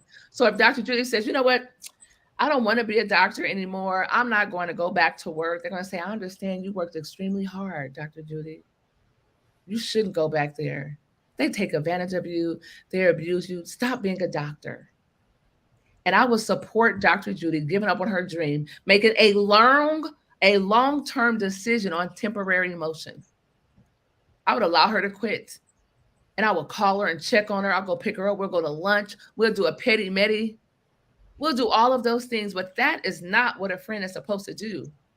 And so when he said that, I got chill bumps. Like, I need to go find new friends. I need to fire all my friends because they will support me in my losing season. They'll be like, I know, Tina, you work so hard. Even right now, like we're talking about this, I got a text from Dr. Erica, and she said, when you're talking about delegation and we're talking about delegation and all of your hats, I thought about it. She said, I thought about you. And I said, no, not anymore. I just replaced 3 of the jobs that I normally do. I just replaced it. One with Melanie, I'm not doing the media. One, I have an executive assistant, and I'm interviewing for the 3rd one. Anything that someone else has an expertise in, I am going to relinquish it because I want, and it's not a matter of if it's going to happen, it's just when, because Global Women Speakers will be a multi-million-dollar organization where people will be able to be a part, be on a board, and just so many other things that this is just not just one of those organizations or a Facebook group. No, babe, this is not it. And if that's what you're here for, go ahead and remove yourself out of the group, block me. It is not that. This is a movement, a global movement. Mark my words. I am 1,000% committed. I stopped everything else. I am laser focused on building Global Women Speakers. You're going to be able to go different places and pull out a card and say you're a member of Global Women Speakers. I'm looking at property in Dubai. So when someone goes to Dubai, they can stay there for free. Global Women Speakers. Ghana, Global Women. We're going to have an Airbnb. Dr. Georgette Fraser is a beast when it comes to technology. And she went over there to Ghana back and forth for her company. She got offered an opportunity to help sell these condos inside this huge, I think it's 127 something. And they have a penthouse available for $200,000. So keep your fingers crossed, pray for me, because I am going to build an empire. An empire. Woo! I hope you saw it, Dr. Tina. Yes. Woo. I am going to build an empire that we're all going to come together as women. It's time for us to be unashamed, unmuted, and unapologetic. It's just been our time, but we don't have to do it individually. Let's do it corporately. Let's do it corporately. And that's why I have a referral partner program. If someone refers a member, they get paid. My mentor said, you're crazy. I'm like, well, I just want everybody to make money, because what I found is that in my circle of friends, when everyone has money, when everyone can eat, when everyone can shop, when everyone can save, when everyone's bills are paid, they're happier together. They're not looking at the one that's paying like with envy or bitter or don't want to. That's not the case. And I'm so grateful that we have people from Vanessa Blackwell commission, from Dr. Vanessa Blackwell to Glendora Divine to who else? Okay, Glendora, Vanessa, Erica, and it's one more. It's like, I think it's 4 or 5 that sent a referral. And the highest commission is $2,000 that Dr. Erica, just $2,000. Dr. Vanessa and the rest $500. So for me, I'm all about multiple streams of income, because what I do know, if I don't know anything else, is that when one business is skyrocketing, the other one may be plummeting. And if you only have one and it goes under, you're you don't have a comeback. You're out of sync. You're out of pocket. You have to have multiple streams of income, and that didn't come from me. That come from Warren Buffett. He has 7. I'm building to 7, because it's not about just simply, the money. It's about, if you have an idea, bring people in and let them help execute it. Let them help purvey it. Let people operate in their gift zone, in their vein of doing what they love to do, and compensate them beautifully because of it. How about that? How about that? When you look at any organization, any company that's a multi-million to billion-dollar company, that's how it's done. I have a saying called NODIA, Nodia. No one does it alone. And I had to learn the hard way. Ladies and gentlemen that are listening, I don't want you to do it by yourself. You don't have to. There are so many not like-minded, but like-hearted people that will partner with you and align with you in your movement and bring their gift zone. So please, no one does it alone.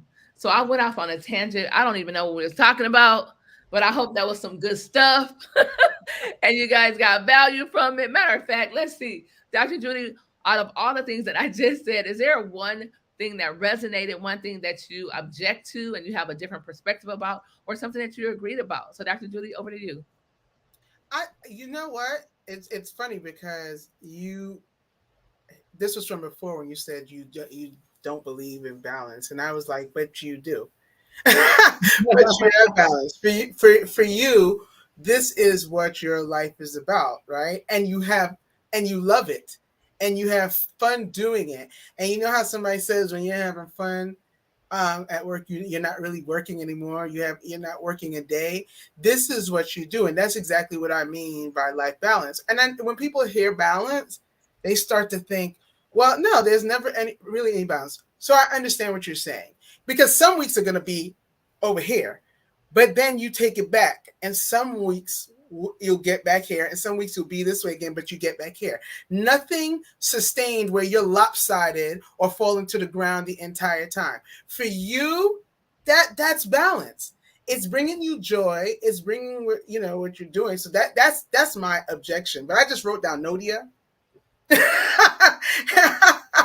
and no one does it alone. No one does it alone. I absolutely love that, because I'll tell anybody listening that I would say 2016, 2017, you talk to me about coaching or whatever, I'd be like, no. Right? I did believe in mentorship. That I believed in, but coaching, I'm like, no. And I'm here to tell you, one of my big tenets is your support circle. And having your support circle. That could be family, that could be friends. But I tell people all the time, if you don't feel you have a just inborn support circle, build it. Right? So if that means you have to get a therapist, if that means you have to get a support group, that means you have to get a mentor, a coach, so you can build a support circle of like-minded people that will keep you going and keep you lifted up and keep pushing you. If pushing is what you need. Melanie, what about you? It's the quote that keeps coming to my mind is a rising tide raises all ships, right? And we grow up on this idea that there's a limited number of resources. So you're talking about the story with your friend in school, and you were always competing against her because there was always only one space at the top. And but think how much you each can do together, right? Because together you're greater than the sum of the two of you. All of us are greater than the sum of the parts, and realizing that resources are actually unlimited. God is unlimited. There are no limits. The only limits that exist are the ones that we believe in our own minds. And so if Dr. Judy gets more and Dr. Tina gets more, it's not my job thing. Oh, well, they got that. That means there's none for me. No, it's we're all getting more. We're all raising up with you. Wow. Now that was a pause break. You guys are powerful. Hey, those of you who are listening, ladies and the gentlemen who love us, I told you, I forewarned you that there were going to be some powerhouse women on our Sunday Speaker Series, and they absolutely are. We have 10 minutes left. We're going to do 2 hours. This is the first time, I think the first time ever that we've done 2 hours.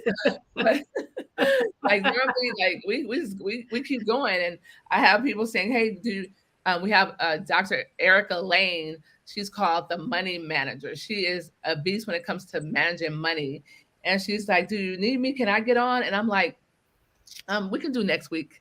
Right? Because if she gets on, it's going to be another hour. And then you guys are all going to connect. It's going to be awesome. We're going to collaborate. And so let's go and see what some of the comments are. Wow, we have we have a lot of comments. Okay, so I'm going to go ahead. Glendora said, "Hey, Queen." Hey, Glendora. And let's see. Erica Sheffield say, "Hey, Dr. Tina." Oh, they're saying amen. Yes. Wow, life balance. Wow. See that Wow. hashtag life balance? Do you see that? Let me see. Let me get this. Yes, I see it. You see that? Yes, thank you, They're Dr. going off like crazy. Finding your target audience. Thanks for dropping the gems. That's Shanae. Dr. Eric again, credibility is everything. Authentically your story. Thanks, Melanie. Wow. Tay, wow. This is great information.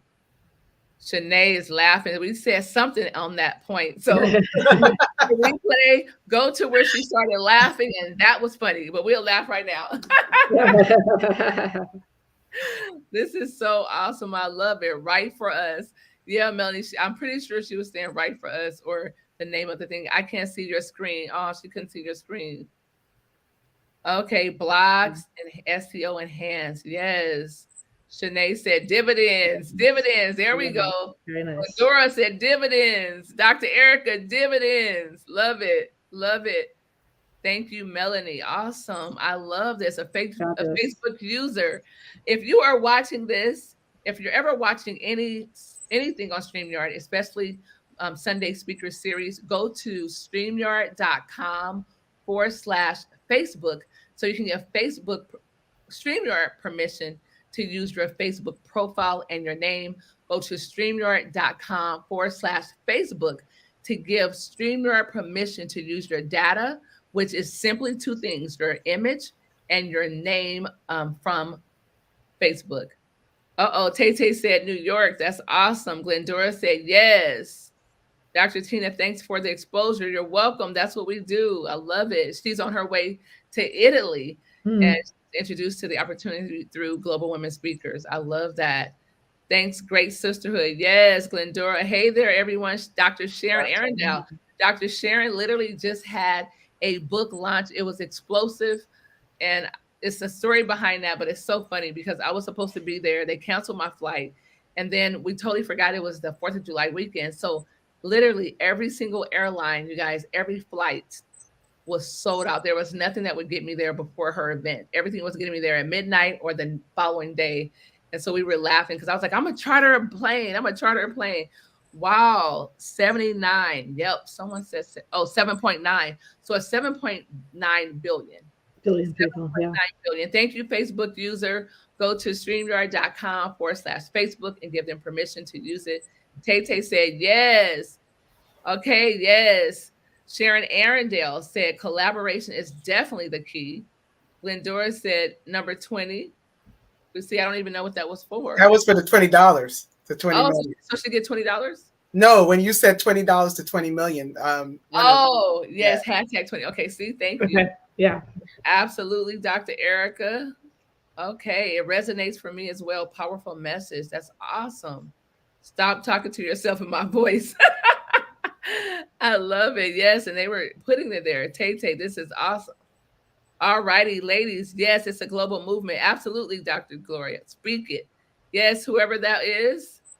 Yes, I love it. Thank you guys for participating. We greatly appreciate it. This has been phenomenal. Thank you, Facebook user. And let's see what they're saying on LinkedIn. Are you ladies curious what they're saying about us on LinkedIn? I am. Professionals. We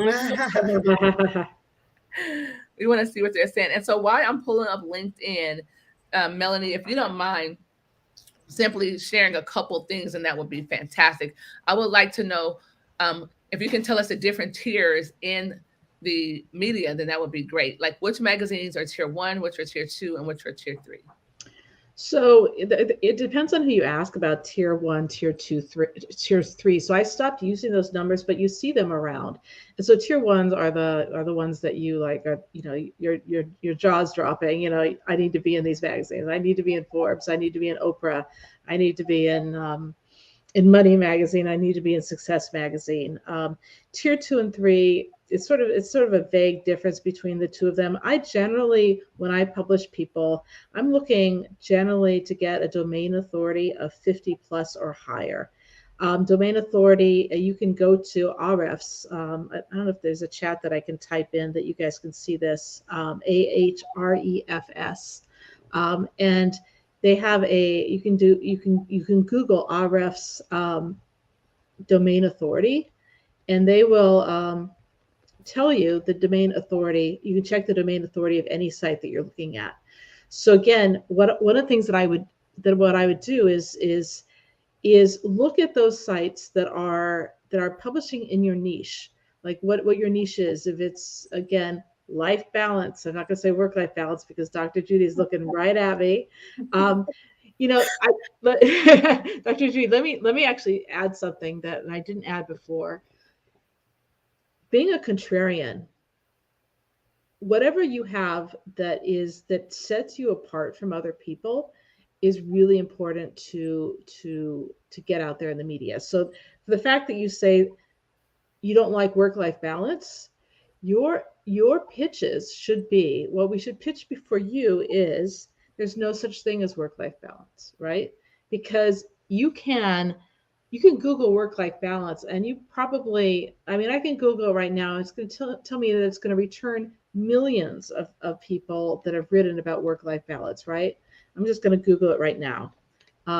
Work-life balance, it's getting 4.4 billion, 160 million results. Okay, so that's what half the population of the world, right? And those are writing about work-life balance. You need to be the author, and you already are, of there's no such thing, right?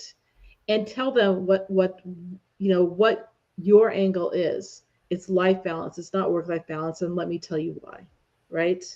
And of course, I'm gonna give you a really big nugget, and if you guys run with this ball and don't use me, enjoy. God bless you. I want you to have all the success in the world. Begin your article with your story. Tell your story, and then tell the steps. Wait. Oh, I thought that was like a nugget thing. I didn't know there was a time out there. That's a pause break. That's a pause break, right? Because like Melanie is humble. She says that, Dr. Sherry is there. Hi, Dr. Sherry. Yes, you're going to get your media as well. And I wanted to, Dr. Sherry, I'm going to send you the link because I wanted you to meet Dr. Judy. And I also would love for you to meet Melanie. So I'm sending you the link if you could pop in. We would love to see you here in the studio. But the reason why I did a pause break, ladies and gentlemen, for those of you who are watching, because Melanie said she's going to give you something if you do not use her. That's her. She's humble. So is Dr. Julie. When it comes to the women of Global Women Speakers, I'm like Mama Bear. And so the fact that Dr. Judy and Melanie is a part of Global Women Speakers, I'm going to say, if you're watching this and you're getting the information from Melanie, go to the source. Because what she's sharing with you, the nugget she's going to give you, if you use someone else, you may not get the same result.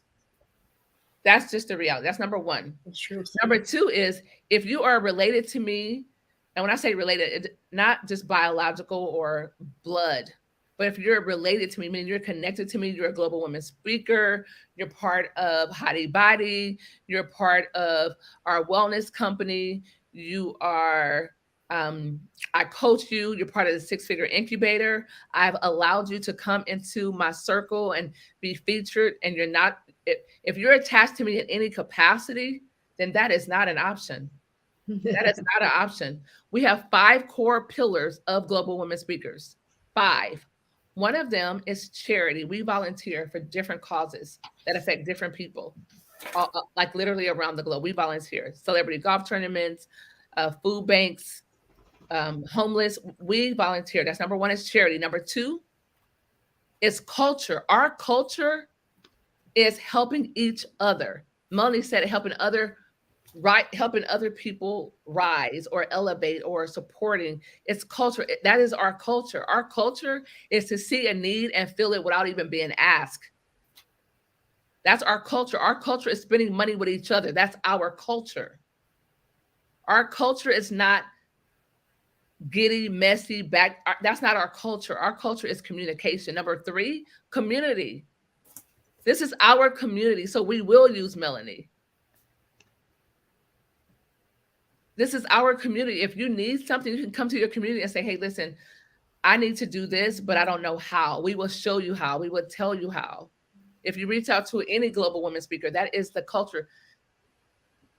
Number 4 is communication.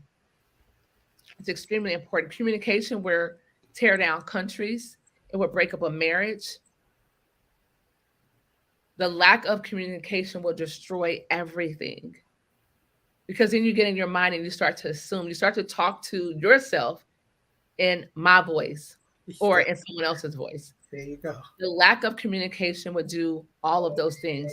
So it's extremely important that we actually talk, that we communicate, right? That's number 1. And so number 5 is collaboration. We collaborate. Like I want to share something with you guys. I could easily put up a landing page or a bad ass funnel and put gasoline on it and pour money into it. And I can have someone sign up in Global Women Speakers as a member. Like literally, I could say once a week, but the reality is I can have someone sign up once a day. Once a day, there's a lot of money to be made on the internet, especially through Facebook.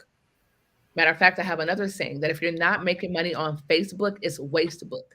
If you're not making money on Facebook, it is wastebook. And I can show you how to leverage. You don't have to have 5,000 or 10,000. You don't have to have that. I can show you how to make money on Facebook, but that's just a side note. I am simply saying that I can put up a landing page and enroll people all day long. But you know what I do? I invest my time. I interview people because I want to make sure that they're like-minded. And I could still be wrong and have a poor judge of character. But I do it because this is it. There is nothing else but travel, speaking, and creating a global sisterhood like no other organization. Like it doesn't exist. Where people come together, women, and buy property and travel and speak and create products together and come on a Zoom and everyone giving their feedback like a think tank and a mastermind. Like I don't have that. I wanted that. And so I didn't see any like that. And the ones that I saw, it was, they were not for me because of those 5 core values that I wanted to have. And so, yes, all of that to say, please use Melanie. Reach out to her and say, hey, Mel, I need you. And if you are a Global Women Speakers, and she is our media. She is a part of Global Women Speakers. She is our media department. And what her and I are working on right now, you have no idea, but it's going to be explosive. And membership has its privileges. That's all I'll say. Membership has its privileges. Because outside of Global Women Speakers, a price you will pay. I'm just saying. But yes, so I had to do that pause break because that is important to me. Those are the 5 core values: charity, culture, community, communication, and collaboration.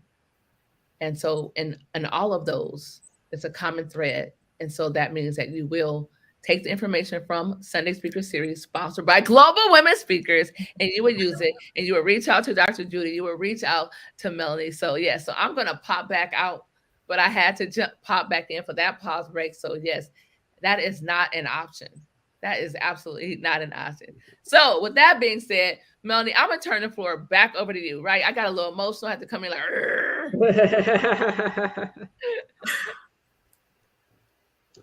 So with that said, so let me give you my nugget. Every great article begins with a story that brings you in. Okay.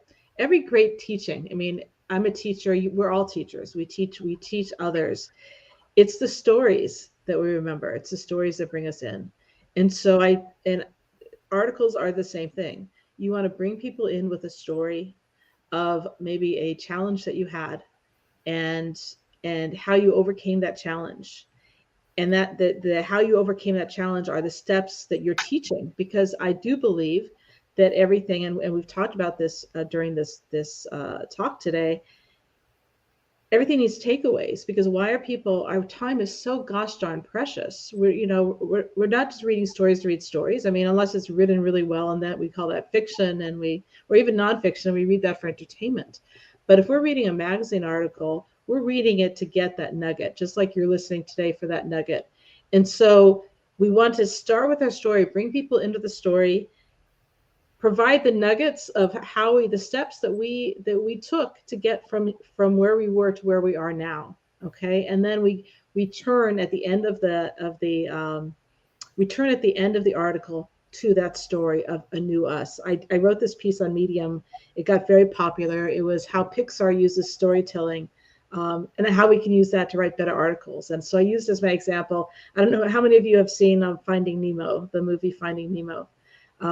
So initially we're immediately thrown, and by the way, they had a different beginning that actually didn't work. And it's interesting what they ended up with. I may go into the other beginning, but the beginning is we have this over anxious father who's trying to protect his, we actually have the beginning of how Nemo is like the only remaining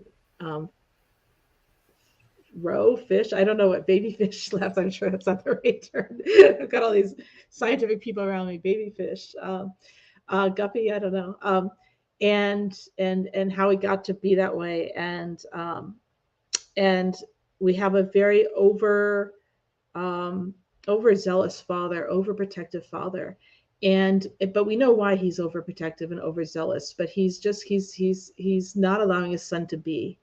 And so that's the problem, right? And so that's the story that we begin our article with. The father before. Does anybody remember the name of the father? I can't think of it right now. So if you have it in the chat, just God, it's like at the tip of my tongue, Nemo's dad. But anyway, if you have it, put it in the chat.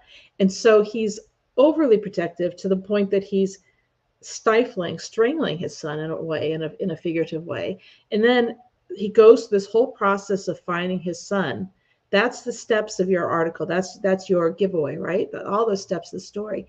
And then we come back at the end to the story. It's the exact same story. So the beginning of the story, we've got Nemo's father sending him to school and scared to death to let him go. And in the end, we have the exact same scene again, but it's different. It's because he's changed, right? He's changed because of that search for his son, realizing that his son can take care of himself. And he takes him back to the same place and lets him go to school. And so every article, I think, should be bookended like that. The story of the challenge, where you were before, the steps you took to overcome it, and then who you are now, the story of who you are now, of who every one of your readers can be if they go through these steps. And that's really the secret of a thought leadership article. It's that story that sandwiches the steps that are in the middle. The dad's name is Marlon. Thank you. You could have interrupted me. It's like I'm saying the dad, Marlon. No one chatted. I didn't see any. Marlon. That's exactly what I mean. Do you see that? Like, that's lighthearted. Like that was a perfect example. She said, "Does anyone know?" Like, she's like, "Yes." Marlon. She said, "I didn't know, but I can find the answer." Powerful program to be a part of Global Women Speakers. Thank you, Dr. Sharon. I love that. This has been phenomenal. Excellent. So, all good things must come to an end, but just temporarily. Just temporarily. So, what we would like to do is I would love for Dr. Judy to give me your how can they contact you? Like they heard what you had to say. They see that you're powerful.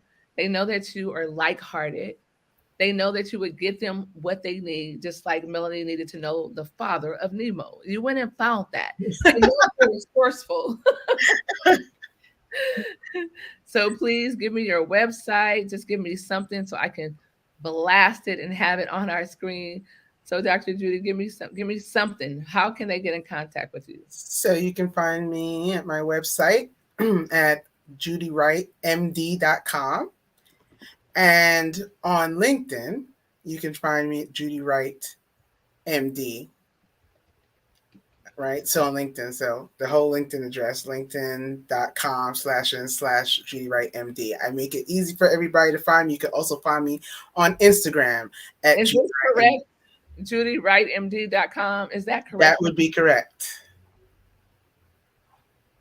All right, we're going to leave that up for a minute. Go to JudyWright.com, JudyWrightMD.com. Yes. JudyWright.md.com. JudyWrightMD.com. JudyWrightMD.com. JudyWrightMD.com. I know, I'm silly. I know. And I make no apologies. I am silly. I just love to have fun. Literally just love to have fun. Alrighty, so JudyWright.com. Melanie, what's your people want to know, they're gonna be calling you now. So Judy, Dr. Judy, they're gonna call you too. So let's do this. Dr. Judy, if someone wants to talk to you for just 15 minutes, do you have a Calendly link or a schedule or a calendar where people can book a call with you for just 15 minutes? Mel, do you have one? That's for both you guys. And then the second thing is, what are you offering? Do you have something that they could invest in? Are you giving them free information? You want them to come to New York to see the both of you, or you want them to come to our event in Atlanta, in New Jersey? You want them to come to our event in California to see you? So let's connect with people. Let's give them how they can contact you so you guys can carry on the conversations, because I'm sure they want to know what it is. So Judy, right? I wish I remembered my Calendly link off the top of my head, but that's okay. We can send out an email. We can put it on LinkedIn. We can absolutely put it on. Please DM me through LinkedIn. Yes. I would love that. And your LinkedIn again is linkedin.com/n/Judy Wright MD. Judy Wright MD. She's consistent. That's a part of branding. Not sexy mama. She's not sexy mama on LinkedIn. And then, Curly Q on Facebook, and then you got to go to her YouTube, and it's something different, right? It's just definitely not the case. You want to be consistent. Matter of fact, follow Dr. Judy on all social media platforms at JudyWrightMD.com, so you can have her website, or Judy Wright MD on LinkedIn, and we're going to give you her Calendly link soon. So Dr. Judy Wright, just Judy Wright MD. That's all you got to remember. On LinkedIn and on Instagram, Judy Wright MD. Judy Wright MD. And so you may have some, she's family medicine. I mean, you get 2 for 1. I'm just saying, because I'll be saying, hey, you know what? I would like to know, how did you transition from your career to entrepreneurship? How did you go from employee to entrepreneur? I would ask those questions, and I will build a rapport with her. And then I'll say, you know what? I've been having these headaches. You get the position, right? You get 2 for 1. I'm just saying. Same with Melanie. I will book a call with Mel, and I'll say, yes, I want to be seen. I want to be heard. I want to be omnipresent. I want to be like God. I want to be everywhere, right? I would say that. And then I would say, well, how can you help me be like God? How can you help me be like God? How can you help me be omnipresent? How can you put me in all these different magazines? How can you help me create the narrative that I want the public to see? Because it may be that 16-year-old, that 30-year-old, you're like, I don't like them anymore. You may change careers, and now you're 40, you may be in your 50s and say, you know what, I just want to do something different. or you may be 20 and just starting and saying, you know what, I want to be famous. I have this product that I'm selling on Instagram and I'm making a lot of money. But just imagine what happens when you pour fuel on the fire and you're seeing across the spectrum of social media, digital platforms, billboards, magazines, newspapers, different podcasts, etc. So, ladies and gentlemen, that's what we have for you. And so, Melanie, give us the exact same thing. How can someone find you? How can they contact you? And Melanie, if you don't mind, I would like to approve maybe like a $97 uh, one feature and a call or something with you. Do you have time for that on behalf of Global Women Speakers? Like a 15-minute call and one For feature? sure. For sure. Yeah. And we can definitely get something out for you. Wow. Using yeah. So definitely take me up on that. And I put my Calendly link for you, Dr. Tina, in our private chat. I don't know if you can Excellent. access Yes, it. I'm going to it right now, and I'm going to copy it, and I'm going to make sure that they have it.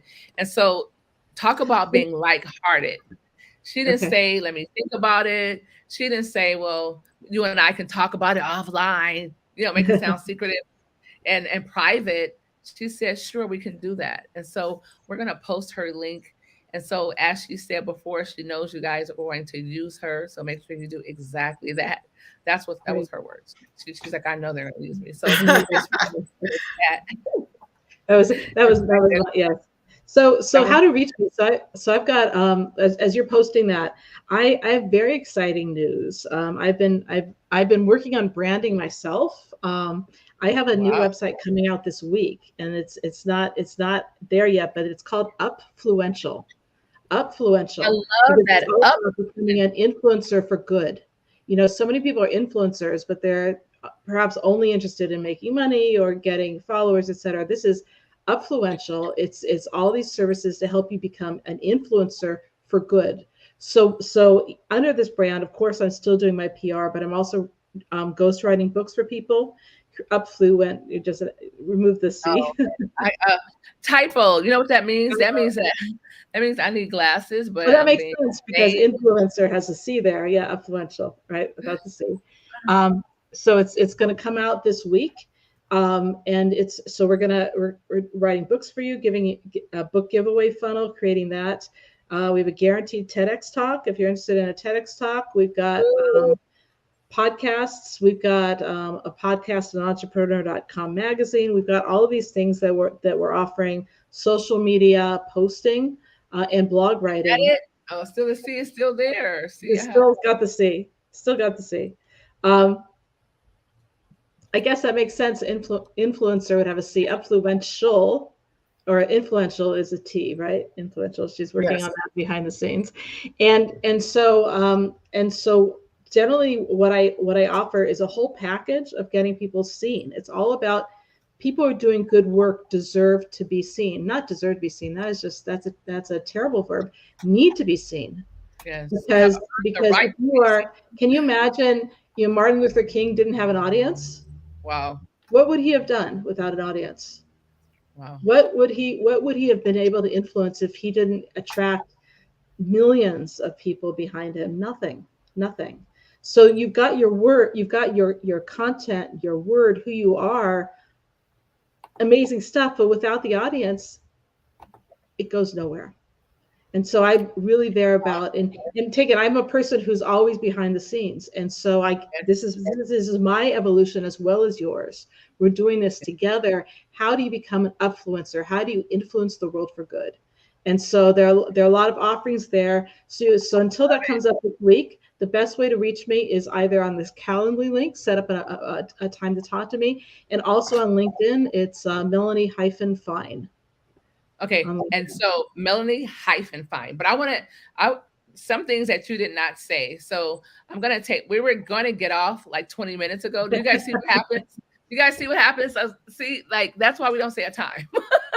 So, and we still have, I think 10, 12 people watching us, right? We have 3 watching us on StreamYard. We have 12 on LinkedIn, and we have 22 on YouTube. So what I would like to say is this, Melanie, your background, like you graduated from what, junior college? Yeah. I went to trade school, and I went to Cornell. I have a degree in chemistry and a degree in. No, that's a Cornell. Like, are you kidding me? You graduated from Cornell? Yeah. And I it's so interesting. I studied chemistry. I have my degree in chemistry. But I would spend my lunches with the writers, the creative writing professors. And I don't know why, but I was just so attracted to them. And it would be me and a couple of professors. We'd have lunch every day. I definitely was a writer back then, but I was going to go to medical school. I didn't give myself permission for that creative part of me. And so I've got, those people, a lot of people think, oh, you're right and left brain. That's so unusual. It's really not. It's really not. There are people in this world that think that, well, you either have a math brain or you don't. It's not true. Okay, we all have it. Some of us haven't nurtured it, or it hasn't been nurtured in us. We have all of that. If you talk about any Nobel Prize winning scientists, and I used to interview them in a previous lifetime, they are musicians, they are writers. I mean, science is such a creative art. People don't realize it's not like you walk into a lab, you do this experiment, and then the computer tells you what you discovered. You have to design the experiment. You have to determine your controls. You have to determine your variables. You have to then interpret the results and try. It's so creative, and it's really all part of the same package. It's just expanding all parts of your brain. I'm talking to two scientists here, so I'm sure they concur. I appreciate that. Yes. Absolutely. No, I agree. I'm like, yes, she's so right. Yeah. Right? I said the qualitative and the quantitative. Mm-hmm. Right. There's quantitative and qualitative, and one doesn't preclude the other. No. I love this. I don't know about you ladies, but I'm having a blast all by myself. Whether you have your water with you or your glass of wine, every single Sunday, without fail, we will show up here at 12 p.m. Pacific, 3 Eastern for Sunday Speaker Series, sponsored by Global Women Speakers. Yes, it is the #1 platform for women by women. Get that. It's for women by women, to help them share their messages, their stories, to help them sell their products or their services, and network with women around the globe. Go to globalwomenspeakers.com, globalwomenspeakers.com. We would love for you to be a guest speaker. We would love for you to be a sponsor. We would love to put you on a stage around the globe. And so it's been an honor to be here with the Dr. Judy Wright, MD, and the infamous Melanie, all the way from Cornell. Like, ladies, I graduated from USC. Melanie, Cornell, and Dr. Judy, what was your school again? Oh, which one? That's called academia. She had to say which one. Like, I don't know. Just give me one. Yeah, multiple. I graduated from the State University of New York, Health Science Center of Brooklyn. Wow. Beautiful. Listen, health science, like, listen. Oh, Dr. Sabine Charles says what? Nice. That's awesome. I love it. So love it. All these comments are still coming in. We appreciate you, ladies and gentlemen, for being here. I always say thank you from the top of my heart. And so if you please would do me a favor, I like fireworks. It's the 4th of July. And fireworks means the hearts, the thumbs up, just the emojis from Facebook. If you guys can go ahead and blow both of them up on their personal pages and their LinkedIn, let them know you saw them here at Global Women Speakers Sunday Speaker Series. Reach out to these ladies. They are investing their time. No one is paying to be here, nor is anyone paid to be here. This is their contribution. And that's where I said, not women who are like-minded, but like-hearted. And they have served and served again. I even checked with Melanie. I said, hey, what about your time? She says, no, I'm here. I'm good. And she's giving you information that she can charge thousands of dollars for. Dr. Julie, I told you, she's an advocate. And the information that she shared, she just set a lot of people free. So they won't be struggling and toggling and saying, oh, I got to find balance of work and life. No, it's one. Wake up. It's one. It's one. Life, right? Life, work, life. It's one. It's one. And when you realize that, you will be able to execute your life, live your life to the fullest, your wildest dream. Wow. And Dr. Sabine says, I would do that. Wow. Okay, awesome, Dr. Sabine. You see all of those letters behind her name. I don't even know what I they saw mean. it. I was like, I was counting letters. All I can say is Dr. Sabine is A B C D E F G H I J K L M N P. Got an alphabet soup there. Oh my gosh. Yes. So thank you so much, Dr. Sabine, Erica, Glendora, Dr. Sharon Arundel, Dr. Sherry, and so many others. Thank you so much for being here. So Dr. Judy and Melanie, any final words? Because the time now, it is 2:30. We've been here for 2.5 hours of just service. Ladies, I don't know if you get that. Those of you who are listening, who are watching, I don't know if you understand that. When someone can show up on a Sunday afternoon for 2.5 undistracted time. Like, I don't even know if Dr. Julie went to the restroom. I don't know if she had water. Me, like, I have my protein bar. It's really, really good, you guys. Matter of fact, this is called a ProFlex bar, 20 grams of protein, really clean. I've had my water, and I just ordered room service. Oh, wait, I don't see it. What are you showing us? Okay, yes. There you go. It's a Yeah. big bag. It's a big brown bag. Oh, okay. Got it. Just Okay. a little bit. Yeah. Okay. So I just ordered room service. So Very nice. yeah, so I just ordered room service over here. Okay. No, listen. I know you're laughing, but do me a favor. Text me your address. I will go on Uber Eats and I will send you lunch because you did invest your time with me. Or if you feel like coming outside, you can meet me at the Hilton. We can go downstairs and I will buy you lunch. That's an idea. Are you in LA? Yeah, I'm on Century. Okay. We'll talk. Look, there goes that part. We'll talk offline. Yes, we're gonna get a lot of people having lunch with us at the Hilton, I think. Yes, that would be great. I don't mind. I love people. So, okay, so Dr. Judy and Melanie, either one of you can go first, but I'm going to remove myself and let me know who wants to go first. I just want you to give some departing words, something that they can chew on, metabolize, execute on, just until next Sunday, because we will be bulk in Arnold Schwarzenegger voice. So which lady want to go first? We'll do alphabetical order. Judy, you want to go first? Sure. All righty. So I'm going to tuck us back in the green room, Melanie, and we can talk about lunch. All righty. So Dr. Judy, the floor is yours. So thank you all for being here. Dr. Tina already told you how you can reach me, and I would love to connect with any of you on LinkedIn or on Instagram. I would love to connect with you, or even if you're going to be at the WIN conference in New York, I would love to connect with you and talk with you. But what I do want you all to understand is that you're worthy and that there is so much on our plate that we have to do, that we every day do our best to execute with excellence.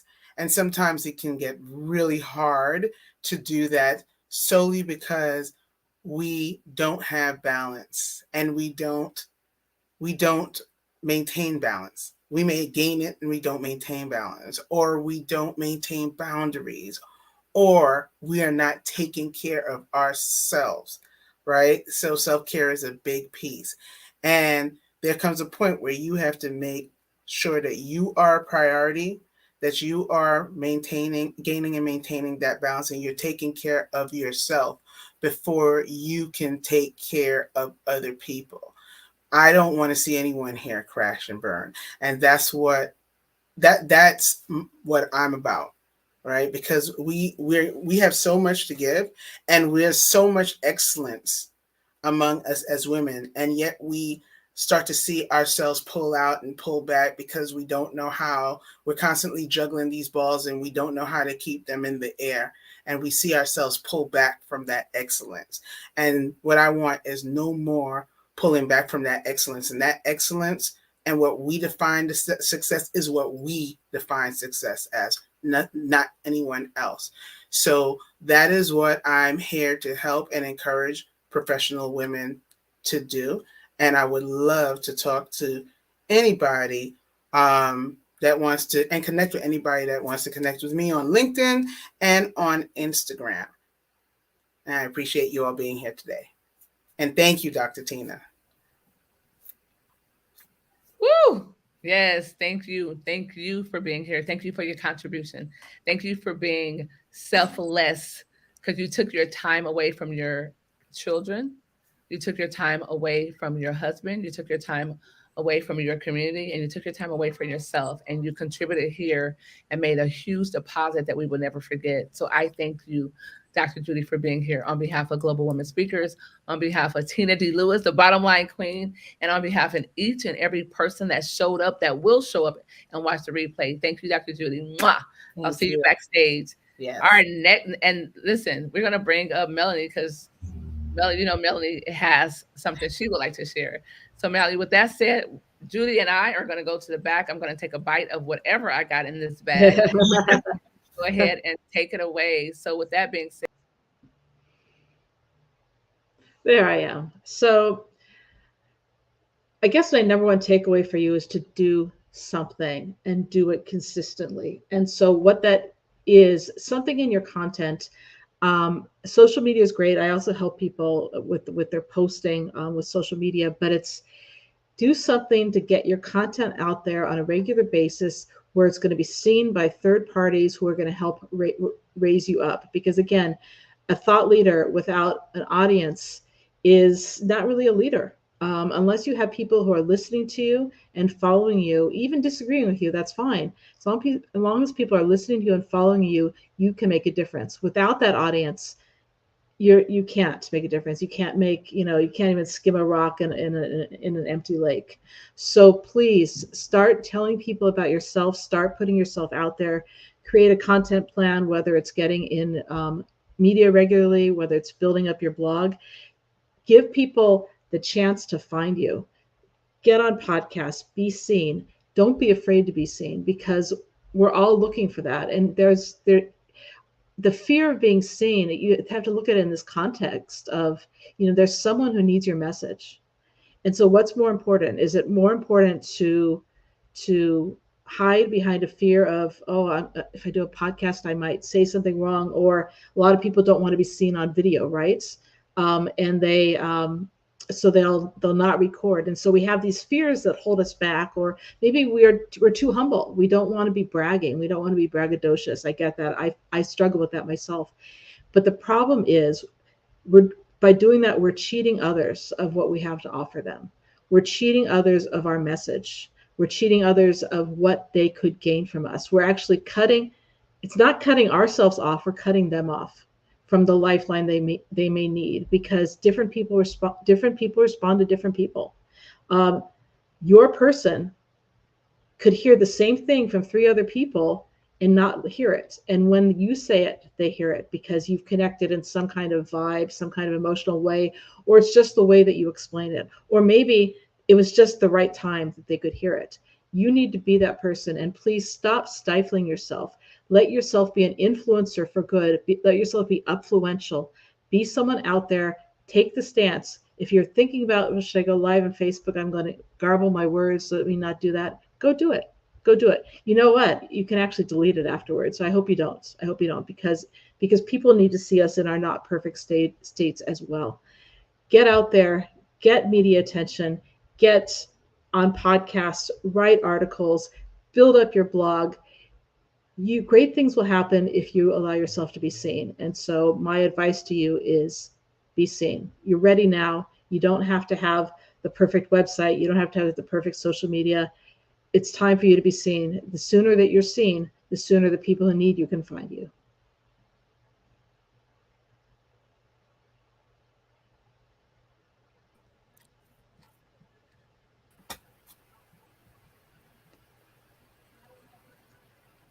They're coming back.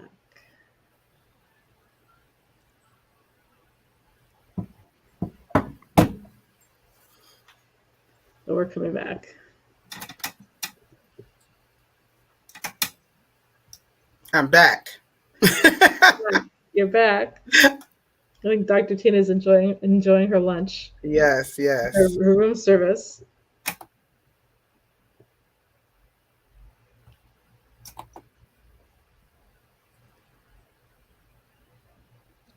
Hi. Oh, did we catch you in the middle of a bite?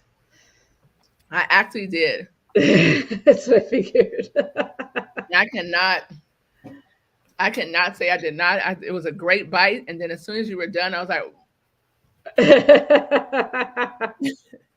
I love being live. I love being live. And I love the fact that you talked about not waiting to be perfect before we do it. Whatever that thing is, before we do it, not waiting to be perfect. And I know for myself, I have a confession because I used to say, you know what? Because when you look at Instagram and you look at Facebook and you look at any social media, when you see people, their makeup is done, they're flawless, their background is awesome, everything is so pristine and immaculate. Did you see Dr. Judy? She said, yes, everything is so pristine and immaculate. You're like, well, maybe I should wait till I'm at home. Maybe I should wait till I'm at the beach. Maybe I should wait until I put on makeup. Maybe I should wait. Maybe I should wait. And what happens is it becomes procrastination. And as we know, procrastination kills more dreams than anyone could ever. And the part of the game is just starting. That's the hardest part, just starting. And when you do it and you stop, what's the hardest part again? Starting over. And so, ladies, forget perfection. Just do it. Or if you want to plan it and you want to be pristine and immaculate and have your presentation, then you know what? Wake up enough time to do it. Plan it, schedule it. It's okay. Do it. Like if I plan on doing a live or an event, like let's just say the Sunday speaker series. This morning I got up. I knew I had the speaker series. I got up, I showered, I put on my makeup, and then I did the other things that I needed to do so I could be ready and show up on time. And so, yes, I did put on makeup today for this. Do I do it every Sunday? No, but I plan it. And so, if you don't have the plan, if sometimes I believe that the most engagements and the most activity that I've garnered from social media have been when I didn't have on makeup, when I was like, hey, listen, this is the bottom line, queen. And the bottom line is this. Yes, no makeup, no this. Listen to the words that are coming out of my mouth. Like that has been the most. People like authenticity. They want to know that we're real. Just like Melanie's like, Tina back there is getting a bite, and I come back like, look, I came back like this. Right? Came back like, that would have been real, but I had to fix my face. I should have came back like eating like that would have been hot. So that's why I love being like live. It's not pre-recorded. You guys, we literally are giving of our time. I didn't reach out to Mel and say, hey, Mel, can you record something for 15 minutes for me? Dr. Judy, record something for 30, and then we play it back to you. No, you're spending your time physically listening to this. And we still have, just on this alone, there's still 2 people that have hung on, they're still here. And so are we. And so are we. We are here, we're alive, and we're not going anywhere because every single Sunday, without fail, we will have Sunday Speaker Series. This is our 27th episode. Unbelievable. Went from being a 14-hour Zoom to me saying, I want to do it again on New Year's. People are like, no, Tina, you should not do it on New Year's. It is New Year's Day. No one's going to show up. And I merely said that that's not my business. It is not my business. If people don't show up, it's not my business. I must do what I've been called to do. And I can tell you that not only did they show up, they showed up and stayed for 12 hours because I was burnt out. I said, I cannot do another 14. And it went for 12 hours. And we began to do it every single Sunday without fail. We started at 14, went down to 12. Then we went down to 8. Then I said, okay, we got to do at least this 4. And then we went down to 8, 8, 8, 6, 6. And so we're finally, after 6 months, we finally got it to at least 2.5 because actually it's going to be 3 and 20 minutes. It's going to be 3 hours and 20 minutes. So I love it. I love it. So are you guys open for a Q&A? Sure. Ask questions? Yeah. Okay, so she said, Tina, you were on a virtual conference in August together. We should talk. Absolutely, Dr. Sabine. We will talk. Reach out to me, Dr. Sabine, in in LinkedIn. Just send me a message. We were on a conference together, no problem. We can actually do conferences together. I have a group of women that are experts and masters in their field. We have a media beast that's part of our media department, Melanie Fine. We definitely can connect and see, what happens because it's all about impact. And remember, collaboration is one of the 5 pillars of Global Women Speakers. So I'm always open to collaborating. And so I have a few. Well, actually, no, we can do. Well, let's open it up for questions because I see some questions in the chat. All right, you guys ready for questions? Sure. Yes. All right, these ladies are ready for awesome. These ladies are ready for questions. So I am actually going inside the Facebook group and I am going to get some questions. So bear with us, but we will stop at 3. It's only 15 more minutes now. So we're going to stop in 15 minutes. It is a hard stop because I want to let these ladies off the hook to go and be with their families. And Melanie's hungry and I'm over here eating. So, all right. So here are some of the questions. We have 70 comments inside of the Facebook group, which is awesome. Okay. So, Melanie, is it hard to be on the cover of those magazines instead of just a feature? It's well, okay. So let me answer it in a couple different ways. There's you actually have print versions of the magazines and you have online versions. It is much easier to be in the online version than print. It's very hard to be in print. Now, getting on the cover, so what you generally see, and you can correct me if I'm wrong, but what you generally see are pictures of people on the covers of these magazines. Those are graphics that people have made after they're featured in the magazine that shows them on the cover, and we do that as well. But they're not really on the cover because for an online magazine, there's no such thing as a cover. So only in print magazines do they have covers, and on their covers, they're there to sell magazines, right? So they will want someone on their cover who is someone that is very, very well known already so that they can sell magazines. So if you are starting as not as well known, even if you're as popular as Dr. Tina is not going to get on the cover of a Forbes or anything like that, but we will do the graphics that when she uses that in her social media, she will be on the cover in the graphics themselves. I hope that answers your question. You're on mute. You're on mute, Dr. Tina. I just have one rebuttal. I believe that Melanie should have used someone else as an example because Okay. that is one of my goals. And I will be on the cover of Forbes. I will be on the I cover knew you were going to say that. of NS. I knew it. I want to be on. So I'm glad she said that publicly because now I'm making a public declaration that I, Dr. Tina D. Lewis, will be on the cover of Forbes. Forbes. It may be post-humorous, but I still will be on the cover of Forbes magazine. Now I got to get on it. Now I made a public declaration. Sis. Okay. So thank you for that answer. So here goes some more questions. Dr. Judy, do you coach patients in your do you coach patients in your practice or do you have a private office? I do not have a private office. I no longer practice clinical medicine. So what I do is I give keynote speeches and I also provide workshops for associations, for universities, for corporate. So I do provide professional and personal development workshops, but currently I do not coach on a one-to-one basis because I do not have a clinical practice at this time. Wow. Awesome. Dr. Sabine said, go girl. I love it. Dr. Sabine. She says, yes. I love it. I love it. I love it. And so I love the fact that, you said because you don't have a private practice that you do not do one-on-one. However, Dr. Judy is working on her program where she's going to do group coaching. So that's why you want to connect with her now. She's going to do group coaching And she's only going to be able to accept 10 to 20 women. And it's going to be, she says she may do a special, but I just know the prices that we came up with was like $997, so $1,000.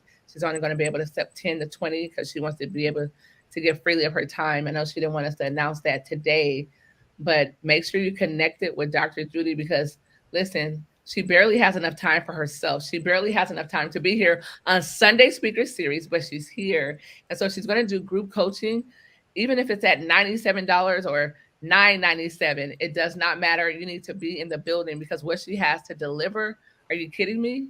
Years of leadership.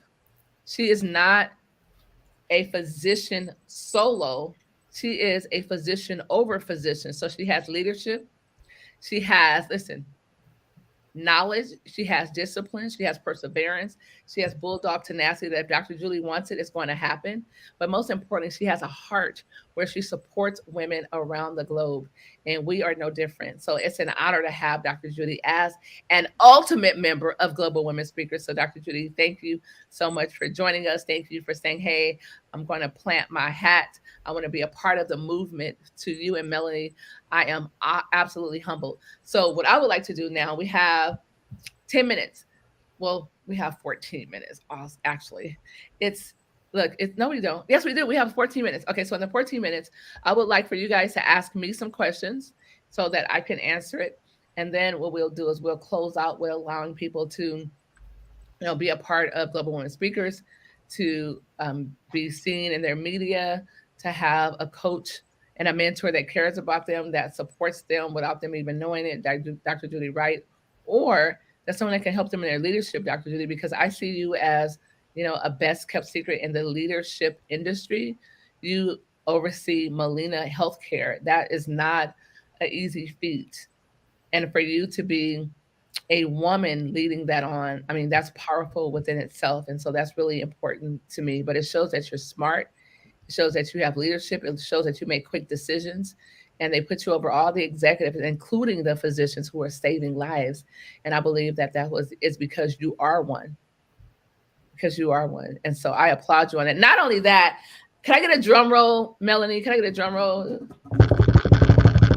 Woo! This goes out to Dr. Judy for being selected as one of the top 50 women. Yes, one of the top 50 impactful women of 2023 by Global Labor Events and Business Magazine, all the way from Abuja, Nigeria. That is a global magazine in different countries, and you are going to be on the cover as one of the top 50. So congratulations, Dr. Judy. Thank you. Thank you.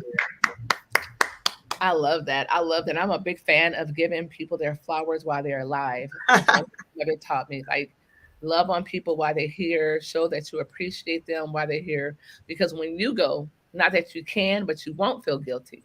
And that they will have the memory that you was always human to them. You always hugged them. You always talked to them. You always supported them, encouraged them. You always uplifted them to help them become influential. Right? Affluential. Right. So I'll answer a couple questions. Either of you have questions. Let's check the chat and make sure none of the other are okay, awesome. So we have no new questions, but I would love for you guys to ask me any questions.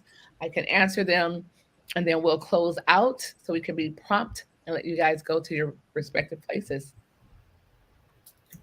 I'd like to know what made you decide, because I've heard you speak, and what made you decide to start doing that?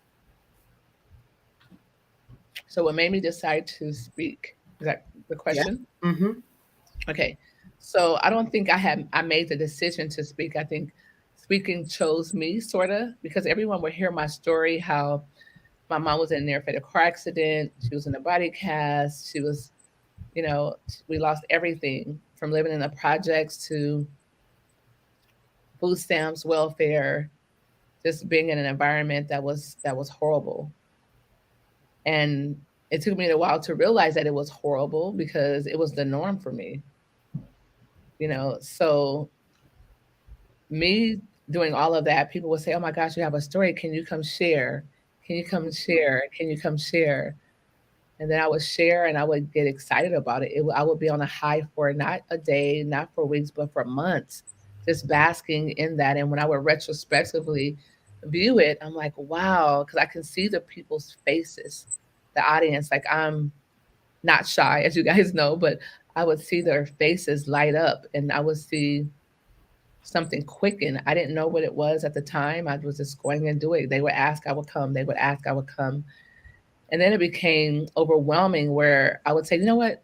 My friends would say, I want to do that. Oh my gosh. So I was like, okay, good. I'll tell them. And so when someone would ask me, I'll tell them about my friend. And one time I remember someone asking me if I would speak and they would give me $5,000. And I was like, wow, they would pay me to do this. I mean, I'm doing it for free. I don't mind. Mm-hmm. And then I thought about it, and my mind is, I can't explain my mind. I know we all have something quirky about our mind, and the way my mind is set up, I just started calculating numbers. And so I said, they're going to pay me $5,000. That's awesome. So what I'll do is I would ask if they can pay two of my speakers the 5,000. So both of them would get 2,500, and I would speak for free because I've been doing it for free anyway. And so they said, are you sure about that? I know it sounds weird for someone to offer you money and for you to say, give it to somebody else and I'll do it for free. Sounds like a catch 22. So they were leery. I could just tell. And I'm like, no, that's what I want. They're like, are you sure? Sure. I said, I am sure, sure, sure. So they did that. And it was a win-win for everyone. And I sold like almost, well, $40,000, $50,000 from stage. And they were like, wow, how did you know? I said, I did know. I just took a chance. Right. So I believe that speaking chose me. And I started a Toastmasters. I mean, I had started Toastmasters before I went to prison. And while I was in prison, I created not one, but two Toastmaster programs because I said, you know what? The population of prison is changing. Like I'm here. So it's obviously changing.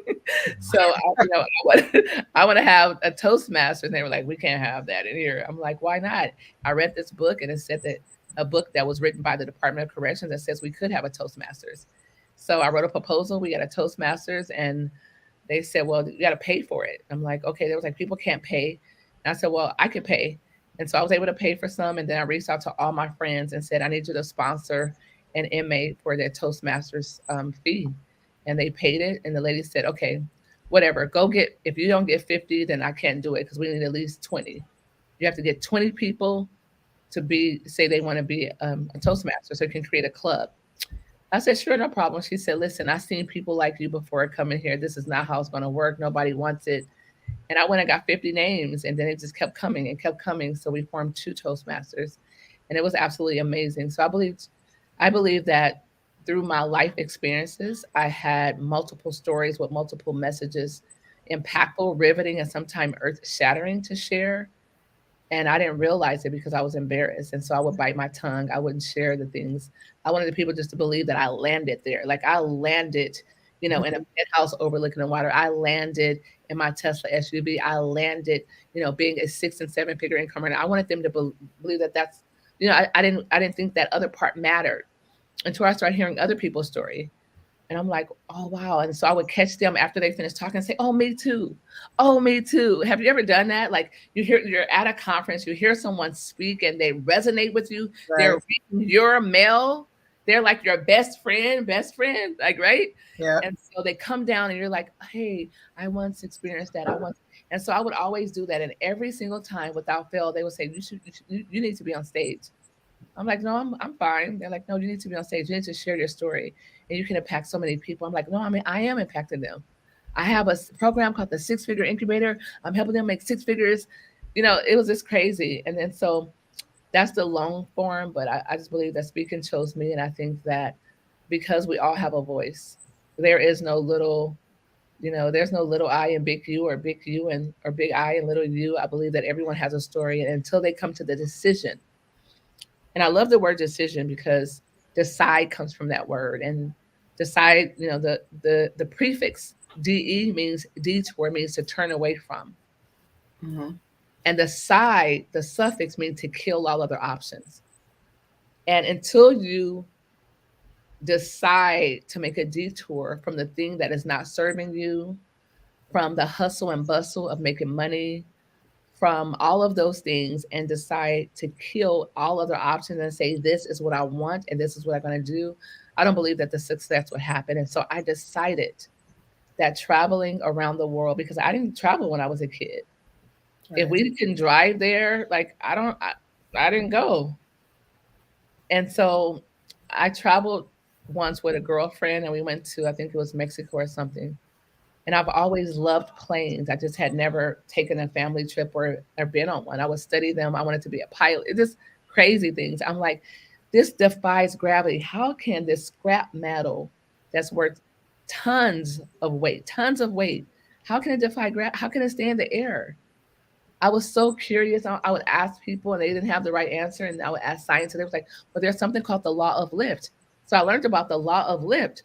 And I was a kid and I just got fascinated by it. And so I took the things that I married the most because I felt that I didn't want to work anymore. And I don't. I will never work again in my life. I will only do the things that I love. And if it doesn't have these three factors, if I'm not helping people, if it's not fun and I'm not making money, I'm not doing it. Period. I'm not doing it. And my mom is always like, never say never, babe. You never no, I know. I know that I won't do it. I cannot do something for a paycheck over my purpose. I can't. And I can tell you that I have the most fun and I'm getting teary eyed talking about it because I am so ecstatic about like this is a dream that I just get to travel and speak on different stages in different countries, that I get to learn different languages, I get to have different food. And I don't have to be born in one place and die there too without seeing the rest of the world. I believe that the world is our oysters. And I've seen so many women after women, they're afraid to leave their kitchen because they feel something's going to happen. They were not going to leave their house. There are people who travel with us now that says, I can't be gone that long. And when I ask why, they're dumbfounded. Well, I just can't. I just can't because it's something that's going to feel that they cannot be gone. Women feel that if they leave their community, their household, if they leave the church, something is not going to happen. And the reality is when they die, with regret of not going, of not doing those things, the world, their families, their children, the priests, the pastors, their communities are going to go on just fine without them. And so I need them to allow the world to get used to their absence right now because they deserve to be in Dubai, in Egypt, in Africa, in Italy, in Paris. They deserve to be in those places because there are women there that are waiting for our U.S. voices. Dr. Judy, I think America has told us that we're not wanted in any other country, that they do not like us. They Yep. done told us so many things fed through the media, and we believe it. And I can tell you my personal experiences have been quite the contrary as a woman, as a Black woman, as whatever else they want to say. It hasn't been my case. I can only speak for myself. And every country, and I do mean every, that I've gone to have embraced me with open arms. So much so that I went to Thailand. They gave me free stays. They gave me free money. They gave me so many things because they just embraced me. I helped. I took care of them. They took care of me. It was unbelievable in Bangkok. When I went to Greece, I went island hopping. I was there supposed to be in Athens, but I went island hopping. I went to Athens, Mykonos, and Santorini. I met amazing people that I still stay in contact today via Facebook. They offered me to come and stay at their homes, took me to their farm, gave us fresh food. I didn't even know how a real egg looked. I'm used to getting commercialized eggs. I'm like, why is it shaped like this? And what is like literally? So in Dubai, the same thing. I met people that said they would sponsor our conference, Global Women Speakers Conference there. Same with Johannesburg. When we got invited to speak at the University of Johannesburg this year, they had already done all of their finalization, but they're adding us on in our speakers. But she said because we joined late and she loves the work that we're doing, that they will sponsor us next year in May. Like so many things have happened. And I just believe that when you're operating in your gift, I believe your career is what you're paid for, but your calling is what you're made for. And I know for a fact that I'm made for this, and I'm having the best time of my life.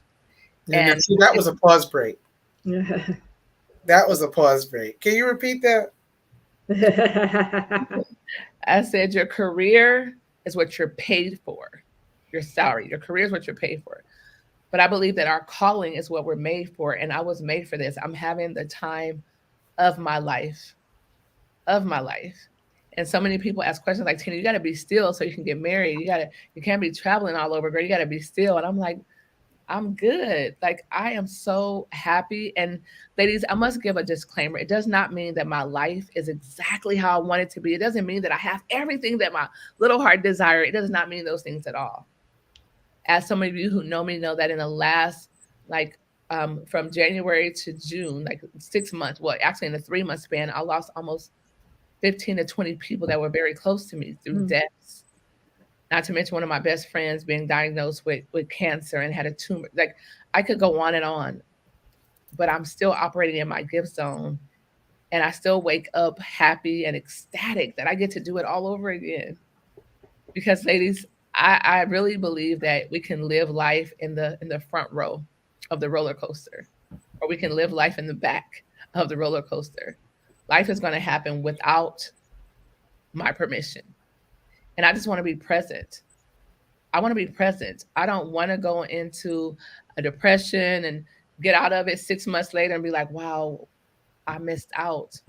I don't want to wake up a day miserable and sad and depressed, because I too, we all have something that we can literally magnify, stress out, focus on, or we can become depressed or just not operating at our highest potential. I have those things too. But I also realize that what you focus on expands. What you focus on expands. And I refuse to focus on things that will not allow me to have expansion. My prayer is that God would expand and increase my territory. Expand and increase my territory by putting me in places that I can't put myself. And once I'm there, I'm always going to reach my hand out for the next person that's behind me to pull them up.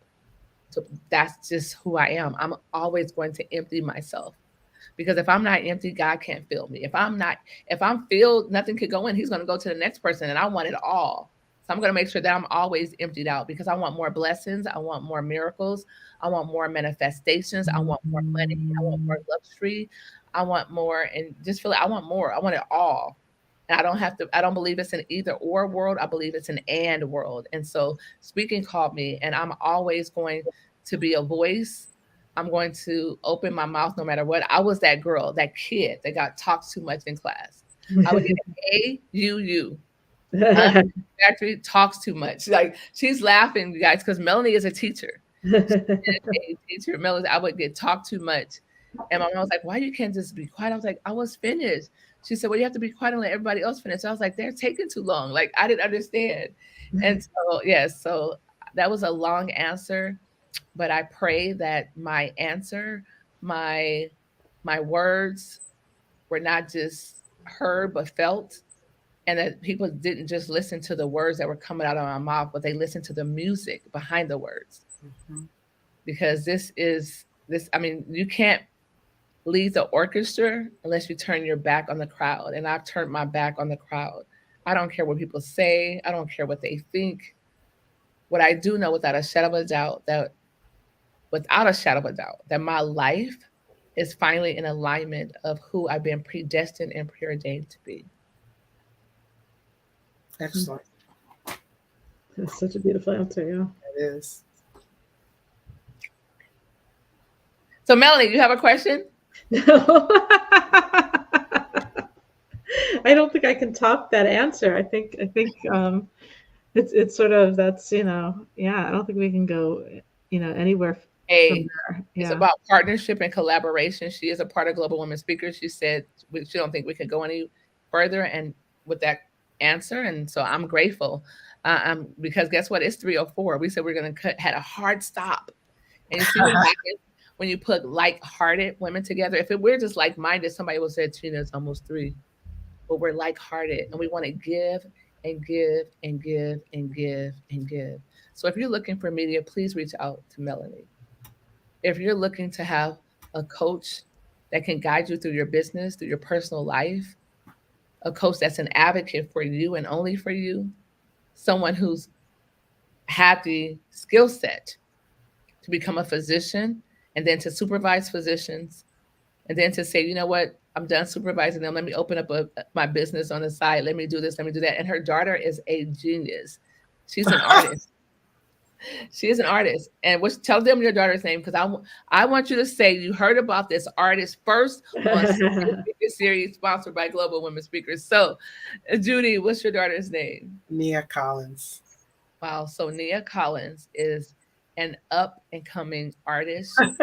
She took her. I wish she was there, but she took her mom to her school to see her. To see her paintings. It was displayed in a museum. Even though it was a school, it was a museum in my eyes. I'm just saying. I'm speaking of things that are not as though they were.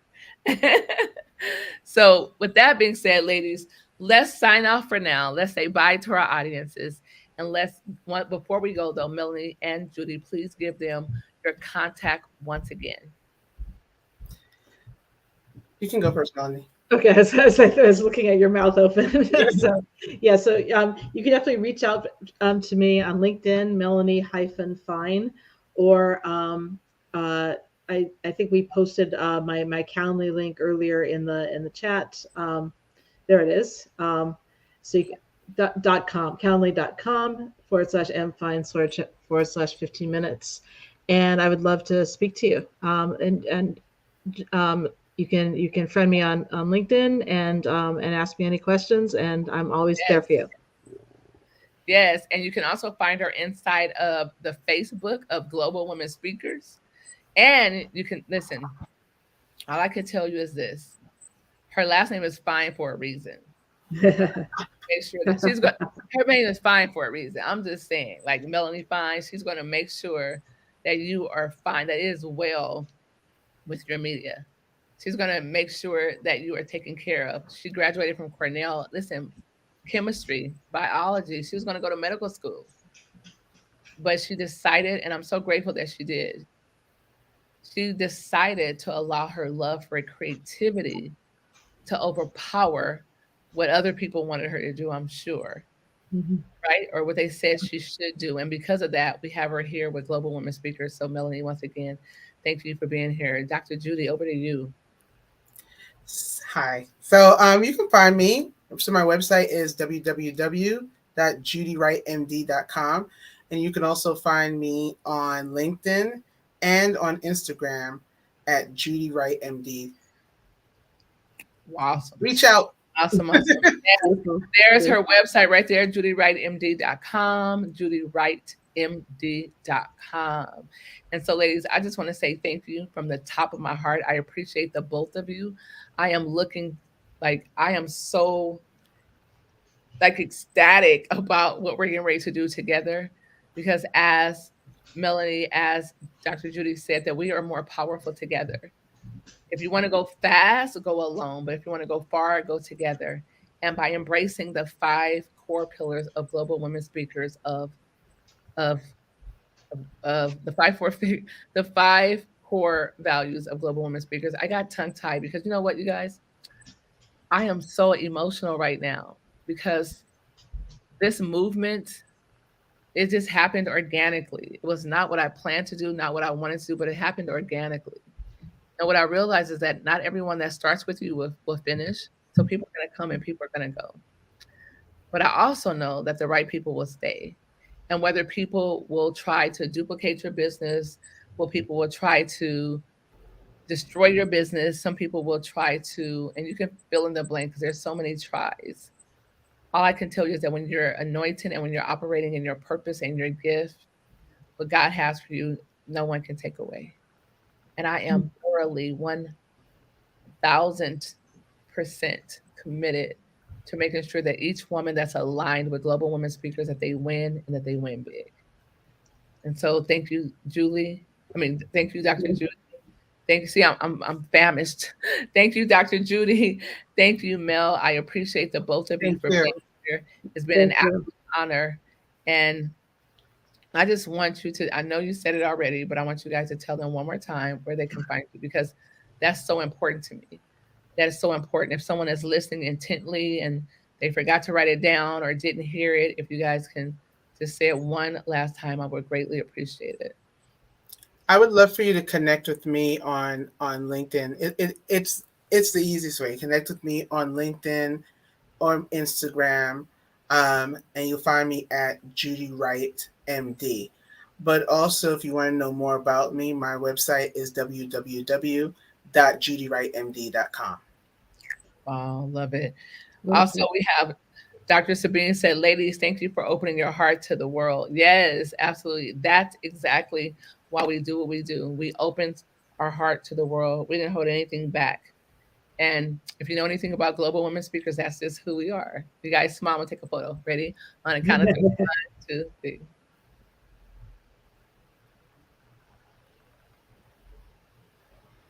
All right, perfect. Thank you, Dr. Sabine, and every single guest that we had here. We appreciate you for being here. I am looking, there we go. I'm looking for, hold on 1 second. All right, here we go.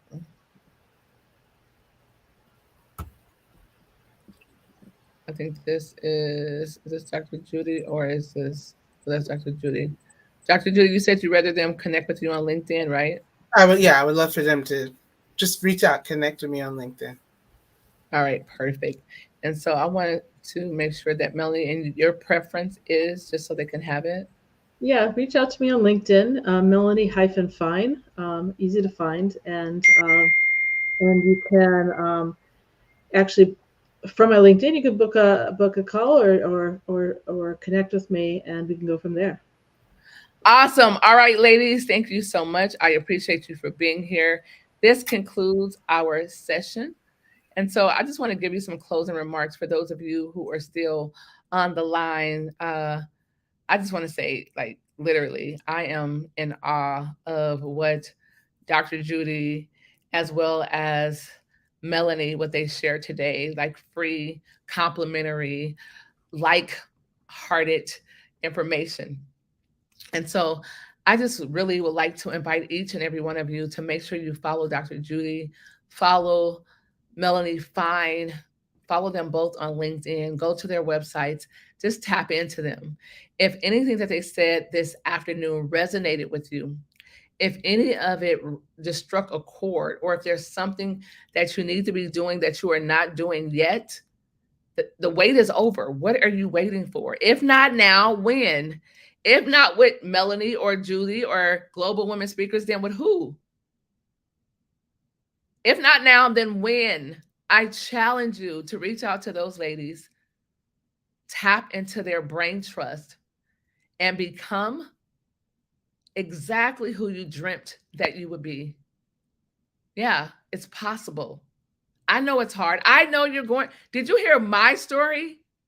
Did you hear my? Now listen, that's my story. I know we all have our own story, but did you hear my story? If I can do it, so can you. If I can escape poverty, if I can come off of what, if I can come off of welfare, if I can do all of those things, and so can you. It's possible. It's necessary. It's mandatory that you fulfill your purpose. And I would simply love for you, and I extend my hand as an invite to become a member of Global Women Speakers and share your story, as Melanie shared, your purpose, as Dr. Judy shared, with the world. And so, thank you so much for being here from the top of our heart. And if you feel that any of the things that we shared resonated with you as your life, because we found out that they're not separable, they're inseparable. Life and business, life and work, they're married together. That's what Dr. Judy says, right? And I believe that. And so if marriage, I'm not married, if they're married to your life and your work, then it's a union. We must treat it as such. I'm saying simply do not give up on your dreams. Do not go and work 40 to 50 to 100 hours for someone else and not even give your own business when you get home an hour or 2 hours of your day. Do not allow that paycheck to be the bribe that they give you for giving up on your dreams. Ladies, it is your time. It is your turn on your terms. And with that being said, my name is Dr. Tina D. Lewis. I am the founder of Global Women Speakers. And I would not be before you today if it was not for the Melanie Fines or the Dr. Judys or the Dr. Sharons or the Dr. Erica or the Lori Curtis or, and you, it's so many that I should have never started naming, because if I leave someone out, they're going to say, well, you forgot about me. Well, we have almost 50, so I can't remember all of them. But if it were not for the members of Global Women Speakers, and I am just so ecstatic that you guys trust me with your dream. And now it's time for us to take it up, not just a notch, but to dominate the marketplace. And that's what I'm here for. World domination. We are going to dominate. We're going to be seen. We're going to be heard, unashamed, unapologetic. So on behalf of myself, Dr. Tina D. Lewis, and Global Women Speakers, I just want to say good night for now. Mwah. Bye-bye. Ciao.